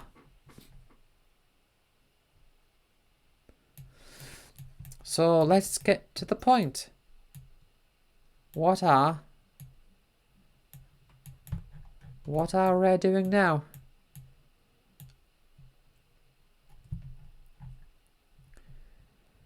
Rare realises it's not necessarily going after the exact current Xbox demographic. And that's part of the beauty of Rare. They're able to make games for every audience. The next market for us to really go after is expanding to that broader audience, and that is why it's fundamental to bring Rare into the mix. Yes, we're definitely going to be serving the demographic that we currently have, but we're absolutely in a strategy to broaden that out. Okay then. Are traditional Please the World kiddie games still relevant in the 2003 video game market? More specifically for Microsoft, are they the $175 million relevant to this cites Rare's interest in bringing the platform game full circle. If you look at the game Ghoulies growing and expanding, that might be part of the prob.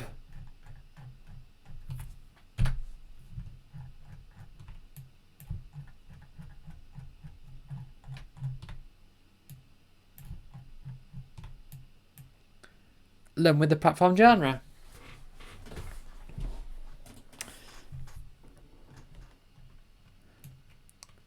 We expect next year's E3 to be a Rare show. So is it not? I mean, sure, it was called E3 at this time. They don't have to write Electronic Entertainment Expo every time, do they?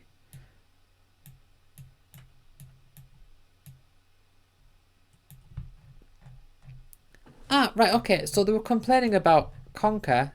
Hold on. So this is... They were saying like, oh, they had 3 games, and this one it was full of bad jokes, and then saying, okay, well, coming up, we've got this Conker game, live and uncut. And look, you can tell it's for Xbox because it's got shooting in it. The teddy bear picnic was interrupted briefly when Kimberly served the potato masher grenades instead of potato salad. Oh, what a common mistake. We've all done that.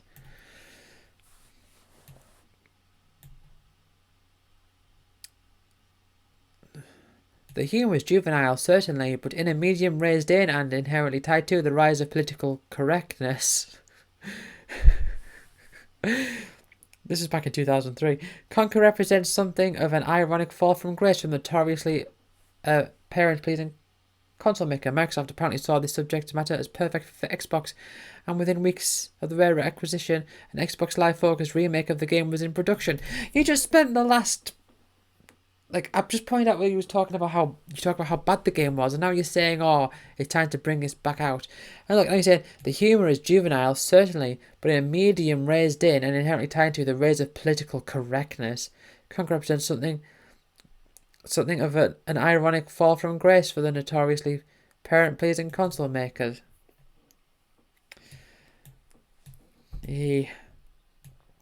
Can't say anything anymore. In the modern day of 2003.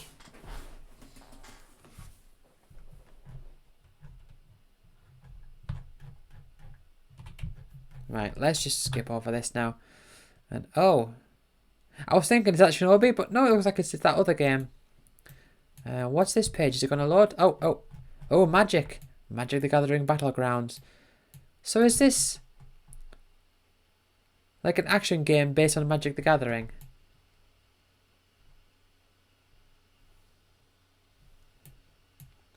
Maybe. I don't recognise any of these characters. Oh, there's some white mana going on there. I just heard some thunder.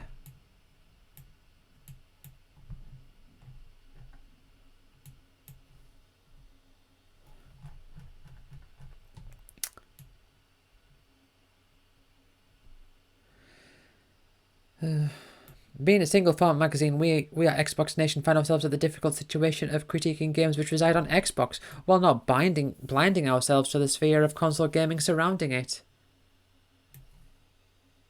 You know what? As long as it is, I'm going to stop this recording, and I'm going to, because there's some washing on the line, I need to bring it in. So I'm going to pause this. I'm going to have to edit it together, how annoying. I'm going to stop this, and I'll come back and finish it off. Okay, I'm back. Just went to bring some washing in because we had some washing hanging out outside. And it was started thunder and lightning. And I went to check, and I noticed when I brought it in, I was just looking at it for a bit, and I saw a hailstone. So I think there's a bit of hail going on there. And we're in August. So, anyway, bit of rain's nice. Let's continue on. And this is annoying. It's annoying for me because it means I'm going to have to edit this together. I can't just just have it working normally. I can't. I've got to do something. We've got to edit it together and wait for it to render and then upload. Annoying. Anyway, what was I even talking about? Oh, this is Otogi.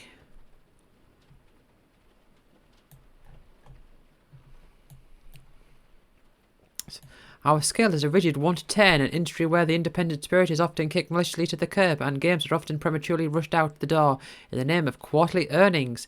We believe it's an important time to be critical, and while the burden certainly weighs heavily upon our shoulders as reviewers, it is infinitely heavier on the consumer's back.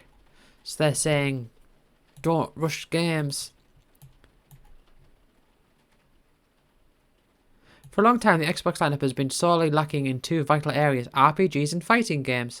And it took nearly 2 full years for this problem to be resolved. But now, seemingly out of nowhere, Xbox finds itself with what may very well be the best of either genre has to offer. Soul Calibur 2 and Star Wars Knights of the Old Republic. Reviewing the reviews.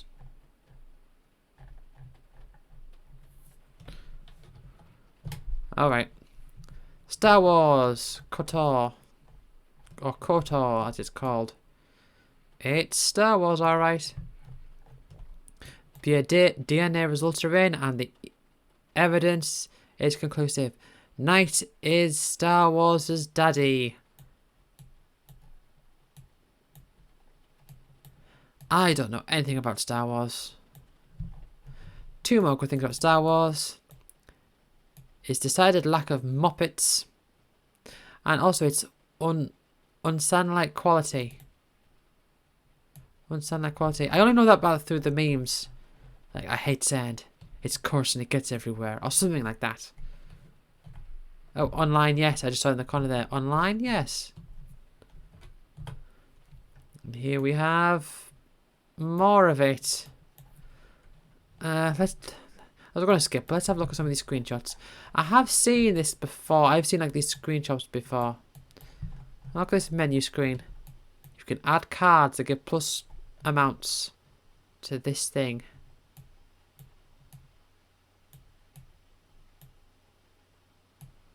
And here's a guy.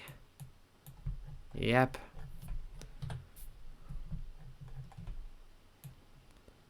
So these are some quick reviews, I guess. Are much shorter.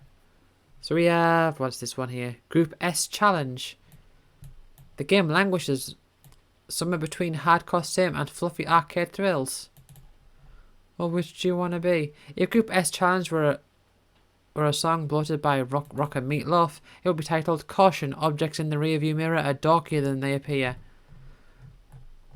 This looks nice. I like the look of this. Look at that racetrack. Look how thin it is. Challenge is undeniably competent when it comes to detailed cars and city environments.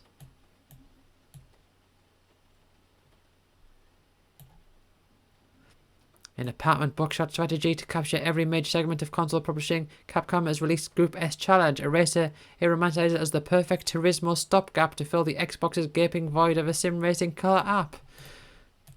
Killer app? In 2003? Was that a word? Was that a term that was used? Because I don't remember that.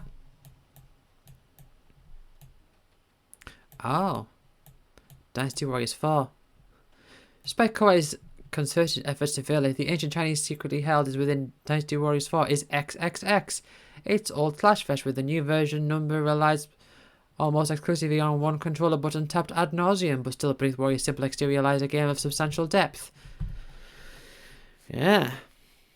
So, oh yeah. Remember when Dynasty Warriors had arrows that you actually collected and had a limited quantity of? An unbearable likeness of Zhou Yu. The unbearable likeness of Zhou Yu was only in theatres for one day. 96 people were permanently blinded. That looks like... I remember in Dynasty Warriors 3, if your health was low, then your Musou attack was your true Musou. and it turned the attacks into fire, did more damage, and there was an item you could get which meant that if you had it equipped, it would do that all the time, rather than just when your health is low. And I also had that equipped. It was like the red scroll, or no, it wasn't a scroll. It was like a little like dragon head thing. It was like on a stick, like the red one. Rise expands on this already solid formula of one-on-one officer duels and edit mode that lets players create their own heroes and bodyguard, siege weapons, and weapons that improve the hero gains as the hero gains experience. I played Dynasty Warriors for a little bit. Not much. 8 out of 10. Oh, Dinotopia. The Sunset Odyssey.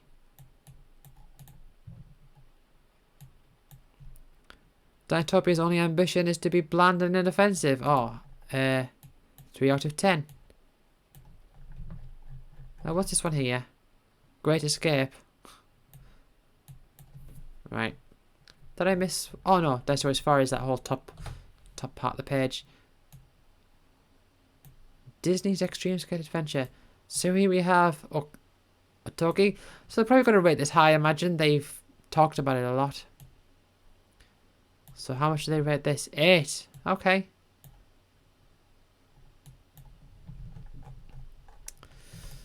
Uh, 15. Exotic weapons is supremely fun. The game takes into account factors such as weapon weight and type to generate melee outcomes that are as spectacular as they are satisfying. It seems like a decent game. Thanks in large part for Otogi's near flawless camera and control system, playing the role as the reckless right hand of God becomes nothing less of an addictive ego trip. 8 out of 10. And we have Aquaman. This game looks... I imagine this is going to be bad. 3 out of 10. Okay. SX Superstar. I'm going to guess that they rate this 5 out of 10. Just by looking at the screenshot. Oh, wow. I am on a very... I mean, I might have... Oh, well, okay. 7 out of 10 for whatever this game is. Extreme Skate Adventure. Disney's Extreme Skate... Oh, it's the Tony... That's the Tony Hawk game. It just looks like a Tony Hawk game. And Tetris Worlds. I'm going to guess I'll give this 6 out of 10. Oh my god! How am I doing? How am I doing this? I don't know. I would, although I'll tell you, I would not have guessed that this would have gotten a 7 out of 10. Right. 1 year later brings a reissue as a very simple, same package, now $19.99, in an attempt to give it new life, or in this case, a new live. Oh, get it? Because you can play on Xbox Live. Anyway, it's Tetris. What else do you need to know? Right, now let's scroll over to this part and the page.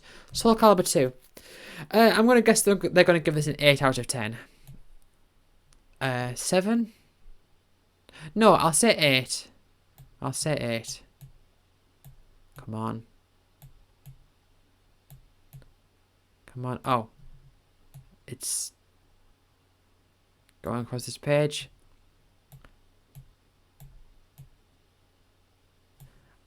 Oh, is that... Oh, so a 9 out of 10. So is that... Ah, yes. 9 out of 10. Alright then. So, my winning streak ended at 3 there. But still, that's pretty astonishing.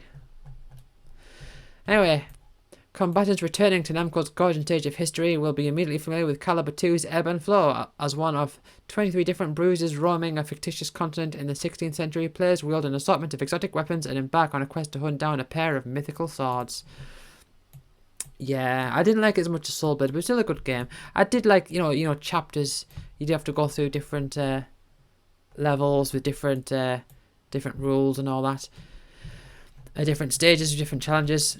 It's just because it was all like a single thing. It wasn't it was like a single campaign, as it were. It wasn't a complete.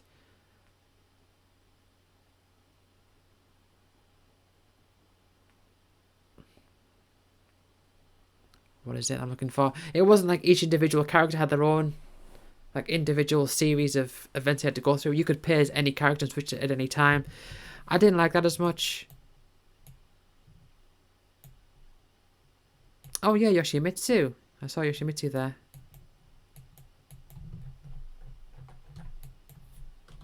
Right. Next up. Right, I'm not looking at any of the scores. Pirates of the Caribbean, I have not seen any scores. I'm gonna guess they'll rate this a 4 out of 10. 2 out of 10. Alright, so even worse than that then. Always use your spyglass to check on enemy ships. Crappy games hidden off the port bow. And also village people. You know, I do wish. I find it rather tacky when I don't know, the AVGN started this. And it's sort of like his sort of thing, but I don't like it when someone does like a bad review of a game and they're like, you can fight your way through enemies. Don't think you can fight your way to a better game though. Like they've got to bring that into it the whole time. Yeah, it looks, I can't imagine it being that great. The Simpsons Sit and Run. So this one's going to be, hold on, so that's, right. So this one's going to be not too bad. I'm going to guess,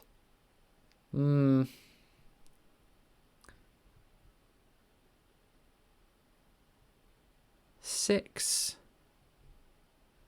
Oh, I want to say 5 or 6. I'll say 5. 8. Oh, okay, they like it quite a lot then. Fast and fun. The Simpsons Hit and Run can be played and thoroughly enjoyed in 10-minute portions. All of Springfield awaits exploration and or destruction from Casa de Simpson to the Isotope Stadium, and the game holds truckload of cool references and sight gags. So, are the Simpsons games like Hit and Run and Road Rage, are they actually good games?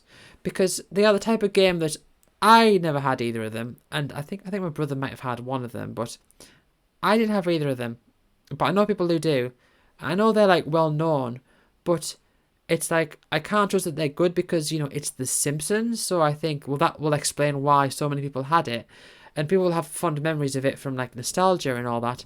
But I don't actually know if it's a decent game or not.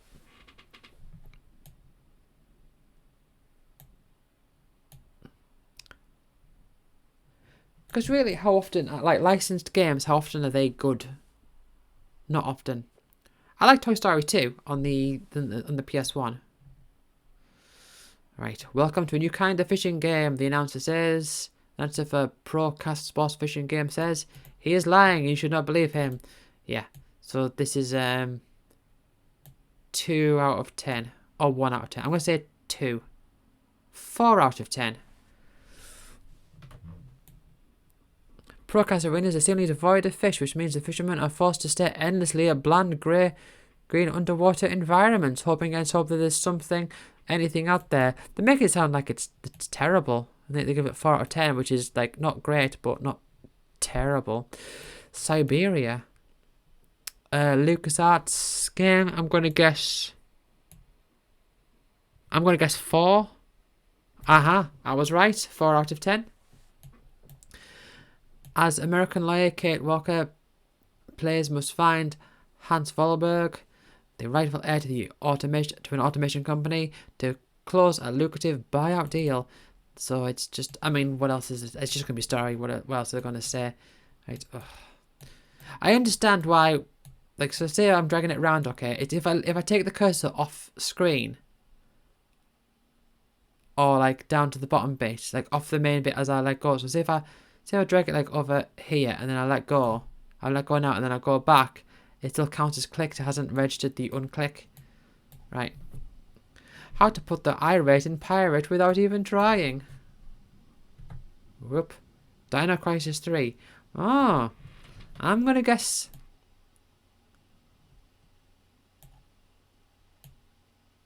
I'm going to guess 6 out of 10. Or maybe 7. No, I'll say 7. I'll say 7. 5. I was closer with 6. Identity Crisis. As a series, Dino Crisis has seen a major revision in gameplay.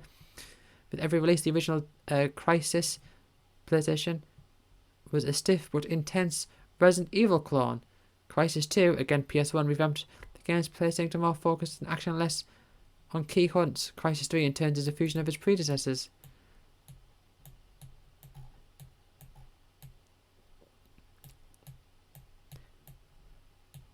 Dino Crisis is the sort of game where it's like I saw it in magazines, but I don't know if I ever saw it being played. Scooby-Doo, Night of 100 Frights, and Mojo. What is Mojo? Right, okay, so... Well, okay, well I can see it there, in the same way that Tao Feng is a good fighter, it isn't. So this is going to be bad. So that's going to be 2 out of 10, and Scooby-Doo is going to be 3 out of 10. 5 and 3, okay. Much like the Saturday morning cartoon, Scooby-Doo, Night of 100 Frights is not all suspenseful or frightening, but it's fairly entertaining. Yeah, straightforward platform game.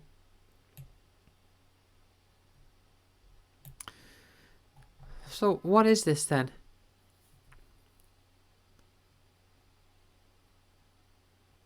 It's reminiscent of the Moxie Scare of 82 or the Juju shortage of 67, but many of the world's Mojo indicators are healthy, showing a steady increase in recent years. Most likely, Crave's new puzzle game is not a harbinger of Mojo decline. It's merely an uninspired knockoff of Marble Madness. There is no cause for panic. There is cause for boredom. So Mojo is your marble health. But since it can only be replenished at the end of the level, this imparts no sense of urgency or drama. Either the marble makes it or it doesn't. And either way, few will care. Even in multiplayer, one player skillful performance doesn't hinder his Even in multiplayer, one player's skillful performance doesn't hinder his opponent. He just gets more points. I have to do that every time. Futurama. Oh, that game's quite rare now, isn't it? Buffy the Vampire Slayer. Okay, this is going to get a 2, and Futurama is going to get a 5. 6 and 5. I got Futurama right. I imagine this would be much worse, though. Children of the night, what beautiful music they make when stabbed through the heart. Get up. May have stalked her last bloodsucker on the idiot box. Her video game adventures with luck will continue onwards until everyone involved has paid off his/her mortgage twice over. Improvement. Certainly an improvement. You could just say there. Developer Eurocom does a fine job here, though it has made some peculiar gameplay choices with this third-person 3D adventure.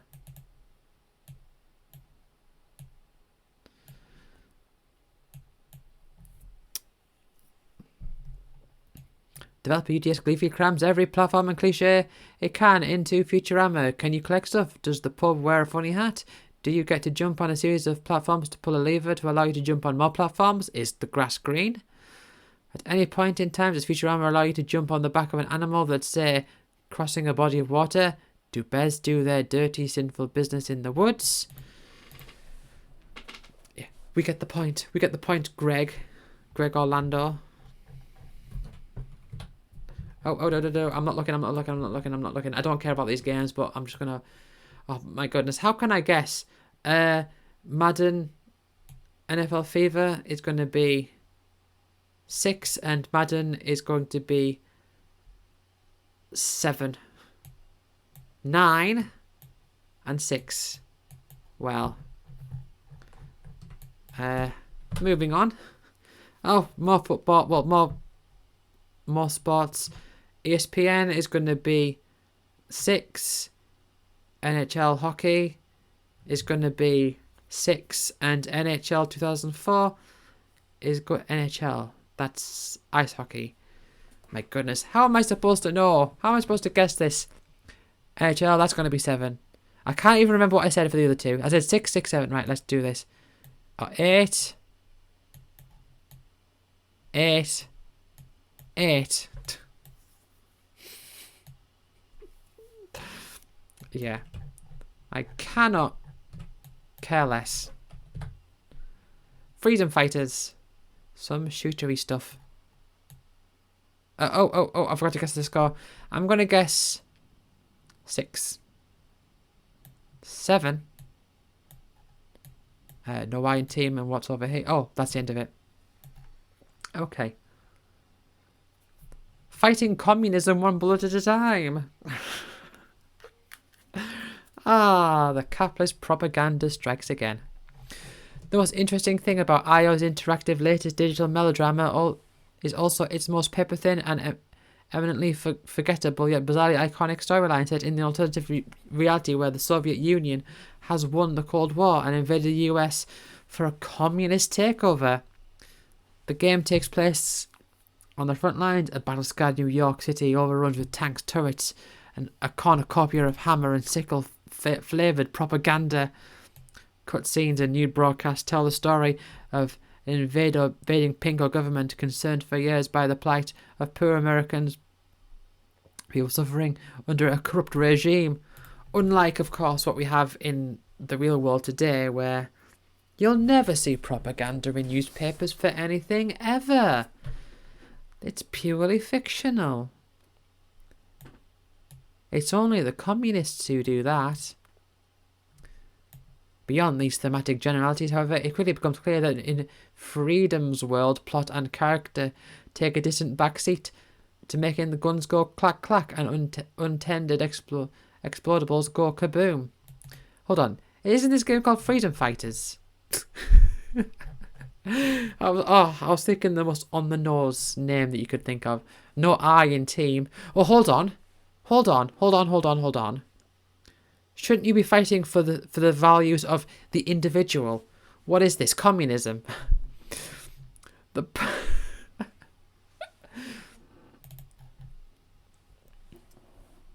Anyway, part of the problem with Freedom Fighters squad-based play is that squad feels entirely disposable. Turnover rates are high, and watching your mate take 30 shots to the chest and fall to the ground, then pop back up with a bubbly thanks when you win him over, press the A button does not persuasive immersion make. Why are you helping others? Why are you helping others? Shouldn't you be taking on the an objective Randian perspective of the self?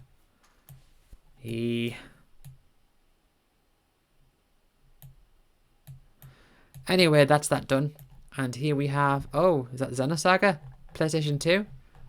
What is this? 425,000 audited readers. GMR, your winning play at retail. Yeah.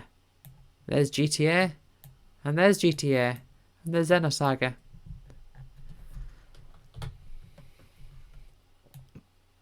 Oh, there's more. Oh, no, I'm not looking. I've got my eyes closed. I'm not looking. I'm looking away. Right. I didn't see. I mean, you have to take my word on this. I didn't see what those scores were. So that's advertising. Zoom in. Advertising a magazine. Ziff Davis. Delivering every piece of the card game puzzle you need. What is this? Game now. Oh, just different.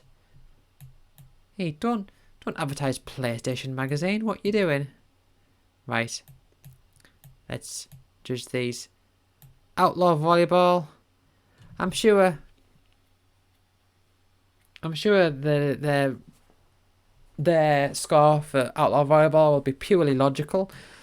And this one, so Outlaw Volleyball, I'm going to guess it's going to get a 4. And Groove Ride Slot Car Thunder is also going to get a 4. 6 and 5.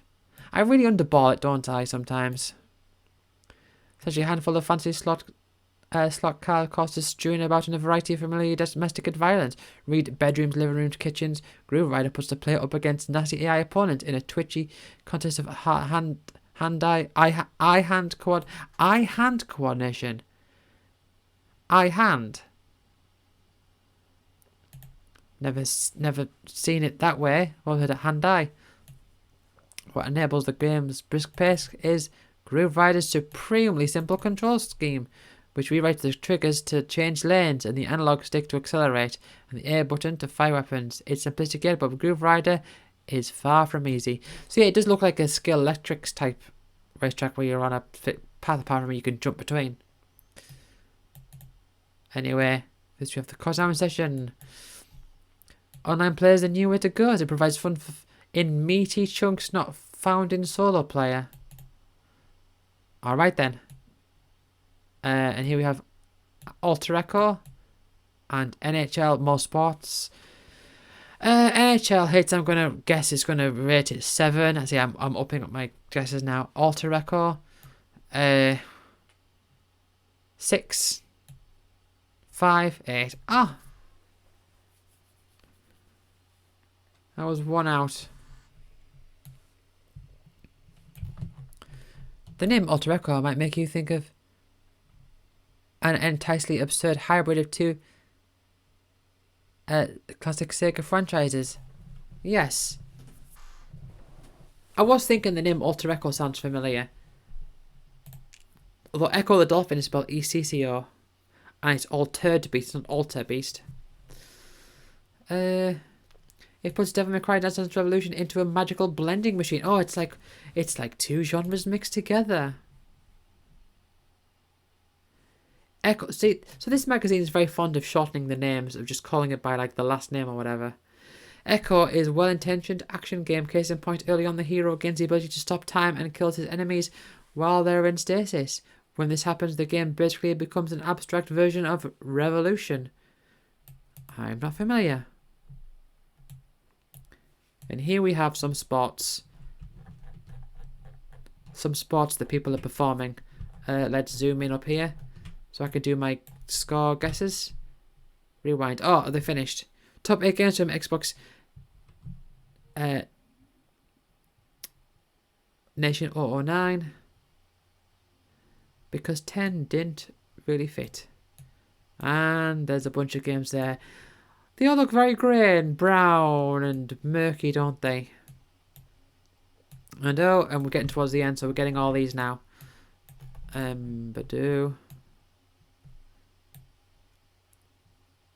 Yeah, so I can't like read. I can't get all the numbers for this. So Dynasty Warriors 3, 8, Eggmania, Elder Scrolls 3, Morrowind. So these are in alphabetical order, aren't they? Yeah. Gemna Onimusha, Godzilla Destroy All Humans Melee, Gun Valkyrie, Halo, High Meat MLB 2004, Hitman 2, House of the Dead 3, Hunter, Indiana Jones. Let's have a look at what is like the highest. So the highest one I see here is Halo at a 10.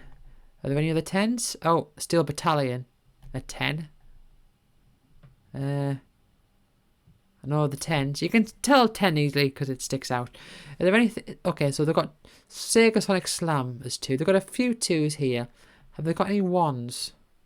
Is there a 1? I don't know if there is a 1. I can't see any 1s.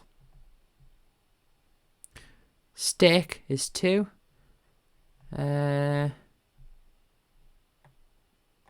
Nickelodeon Party Blast is 2. No, I can't see any. Any games I'm interested in seeing their score for. Not really. No. Alright. Oh, there's more down here. There's more down here. Yeah, I suppose it makes sense to have alphabetical order. They don't start at D. No 10s here. No 1s here. Any that stand out? No. Alright. Next page. Oh, Return from Darkness. So who is this character? Xbox Nation emerges with Tenchu. Tenchu, an interview. To me, video games are already an art. To make something out of thin air, an idea, is an art. It is the art of changing a 0 into a 1. I agree. Let's see some of the questions. What was the original inspiration? How many gamers complained about the enemy AI in Tenchu Wrath of Heaven? What will you do to address this problem? The AI was quite forgiving in Tenchu Wrath of Heaven because we wanted to make sure players could finish the game. We'll be looking into implementing some new game rules to make the AI more fun for hardcore players. In terms of game design, do American Hollywood-style action movies or comic book influence Japan video game designs and development? Many people think that the content in major Hollywood movies is always considered cool for the mass market. That kind of thinking would, of course, affect your game design if you want a mass market game. It's difficult to break away from this style of thinking because major movies also become common language when discussing ideas. For example, it is easier to design a game to say, please draw me a starship like in the movie, insert starship movie title here, than to explain what starship looks like. Once you start using that kind of language, the discipline needed for creating completely original content gets lost, and you end up with scenes that you've seen somewhere in a movie. Some creators actually use this the other way around by making games with cutscenes that parody movies. Interesting. I think that's quite an interesting point. What's preventing video games from truly coming to their own art form? Do you see the medium someday mirroring the film industry, splintering off into big budget mainstream and low? Yeah, well, that is what happened. That depends on point of view. To me, video games are already an art. Yeah. Back. Is the art of changing 0 into 1. If you can take nothing and change to something that matters, then you're an artist and you've performed an art. Now, from a different perspective, video games are going to be an art form. The raison d'etre for video games is to entertain. If it entertains you and you have fun with it, then who cares if it's called art or not? I guess more people will see video games as a form of art once they realise entertainment value of what they play. If you dissect games like Tenchu, it's a melange, I don't know, of graphical artwork, music, creative thinking, and even performances such as voice acting. Gamers are smart and they can tell if the game had big budget or not. Some genres are more popular than others, and even the small theatre type games have a fair chance of getting good reviews and selling well. One difference I've noticed though is that Japanese games tend to be easier to digest in the States in comparison to Japanese games. Oh, in comparison to Japanese films, right. Okay. Did I read that wrong? And I was looking at the wrong place.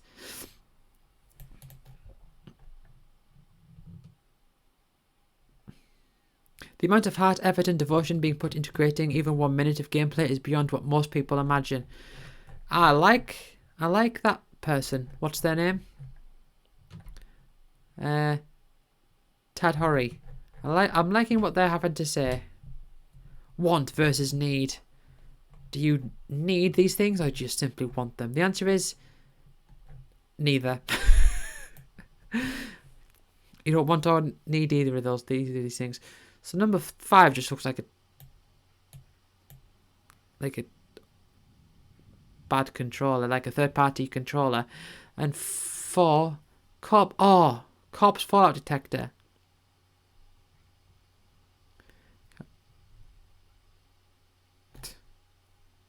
A Fallout detector? Anyway. Spin. Things that go round and round. Oh, DVDs, okay.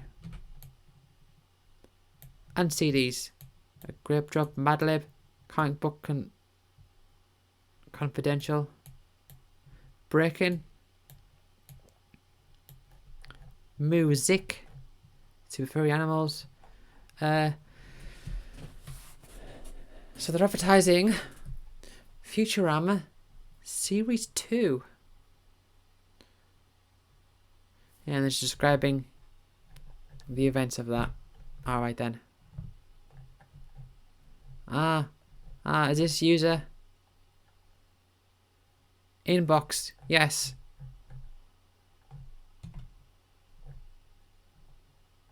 Let's have a look.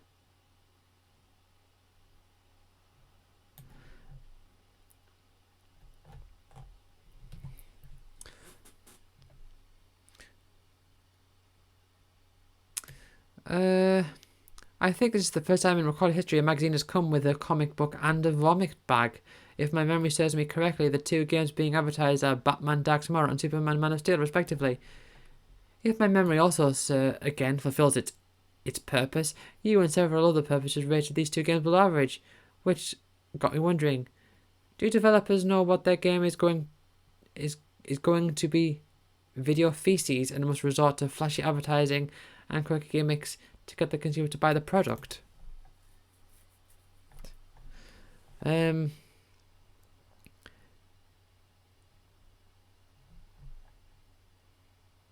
Look for random parrot chunks to... I mean, that's not even a response.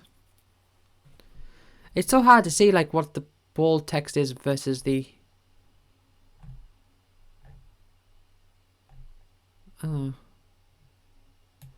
Oh. In XBN 009, there was a Medal of Honor Rising Sun preview in the game section. In the beginning of the preview article, you said something about killing. Now, I'm not going to say that word. Evil word. From what I've learned, that word is a racist term and it was used negatively to Japanese during World War II. I am Chinese American, but I do not think you should use that term, as I wouldn't want any racist term to be used against me or any other groups of people. From Seattle, Washington. In the same vein that you found that the term to be offensive, some of us at Xbox Nation find military games that treat complex nature of war with the fire and for reckless of an arcade shooter quality. Hold on, I've got to do a double take here.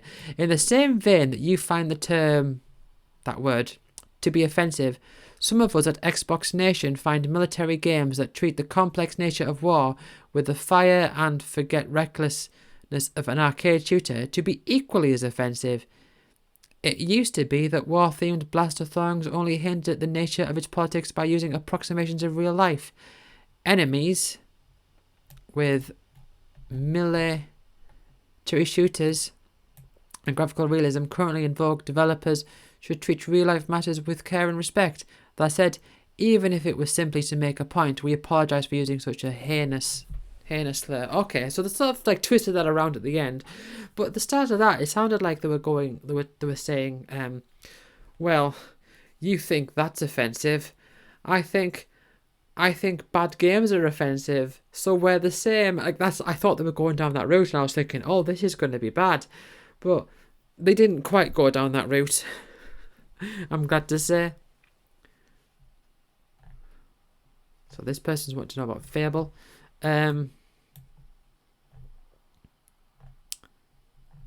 Hold on. I have been meaning to write an ass-kissing letter. Good job on the mag. Love your sense of humour and the maturity of the magazine, or lack thereof, but still appealing to a mature audience, if that makes sense. Anyway, people have also bashed your design in the magazine. That's silly nonsense. I want to commend your graphic designers / trained chimps, or whatever you employ. Their great sense of design. Some of the best covers I've seen in a long while. Actually, we employ the Covertron 5250 to make our covers. It's a distant cousin of the... Again, jokey. A jokey response that doesn't really, answer anything. You'll make a 7... You'll make, a 3-paragraph, comments, really, talking about an issues that you're curious about or that concern you or whatever, and you'll say and you'll make a one-off comment about well, if you're drinking enough water, and they'll respond with, we only drink the finest volcanic sweet, purest water from the deepest ocean of whatever. And it's just like, oh, for goodness sake. Oh, outbox, thus spake the people. Oh, they're just things that people have said. Thus spake the people. Alright then. Oh, Star Trek. Exit. Prince of Persia, Star Trek. Other stuff. We've got some ads. Xbox Nation enlists the help of game industry's best and brightest minds, asking them to take a crack at designing Microsoft's next video game console. Take a sneak peek into the Xbox future if it was crafted directly by the people who make its games. Anyway, here we have Arx Fatalis. The RPG die-hard fans have been waiting for. More original and refreshing than anything we've seen in years. Team Xbox, Arx Fatalis, a game I've never heard of before. It will take the world by storm. Oh, and here we have the end. Full Throttle Adrenaline Rush. Group S Challenge. Like a blast of nitro, Group S Challenge. Challenge pushes high performance street racing to the limit. State of the art polygonal cars. Oh, they're still talking about polygons at this point. Choose from over 50 of the world's finest turbocharged street machines and get ready to dominate the circuit. See, I like this advert because I like it's got like the tire tracks. It's like the nice big, like the bold font, and it's just nice. Like, I think, like, you wouldn't get something like that today. I don't think. At least not at that point. But I don't know how to describe what I'm talking about. Anyway, I'm gonna have to edit this together because I had to temporarily. I had to stop the recording. There isn't a pause. There isn't a pause recording button, I don't think. But anyway, that's that. And now I'm hungry. I need to get some food. Okay. So I'm not sure. I've got a few more of these lined up. I've got a few from magazines that I've not touched on. I do have another Maximum one coming up later on, and that was the big one that took me like 3 hours. That was probably one of my favourite ones. That had some games in that I was like legitimately like interested in that I didn't actually know about. But I felt like these past few have been, I've not really been feeling it as much. Like, I've done like the modern PlayStation ones I didn't like very much. There was the Nintendo one, which was okay, but I wasn't as keen on it as some of the other ones. So yeah, but I've got some coming up planned, but the spark, the influential spark to do this is starting to fade. So maybe I'll slow down, or maybe I'll take a break and then come back. There's a new Magic set coming out, so I'll be doing videos of those. So yeah, so we'll see how it goes. But anyway, thank you for watching, and I will see you all next time. Bye. Okay, so to explain what happened then, I moved the cursor downwards because I was looking at the cursor on OBS thinking that was my actual own cursor rather than the cursor on like that was capturing.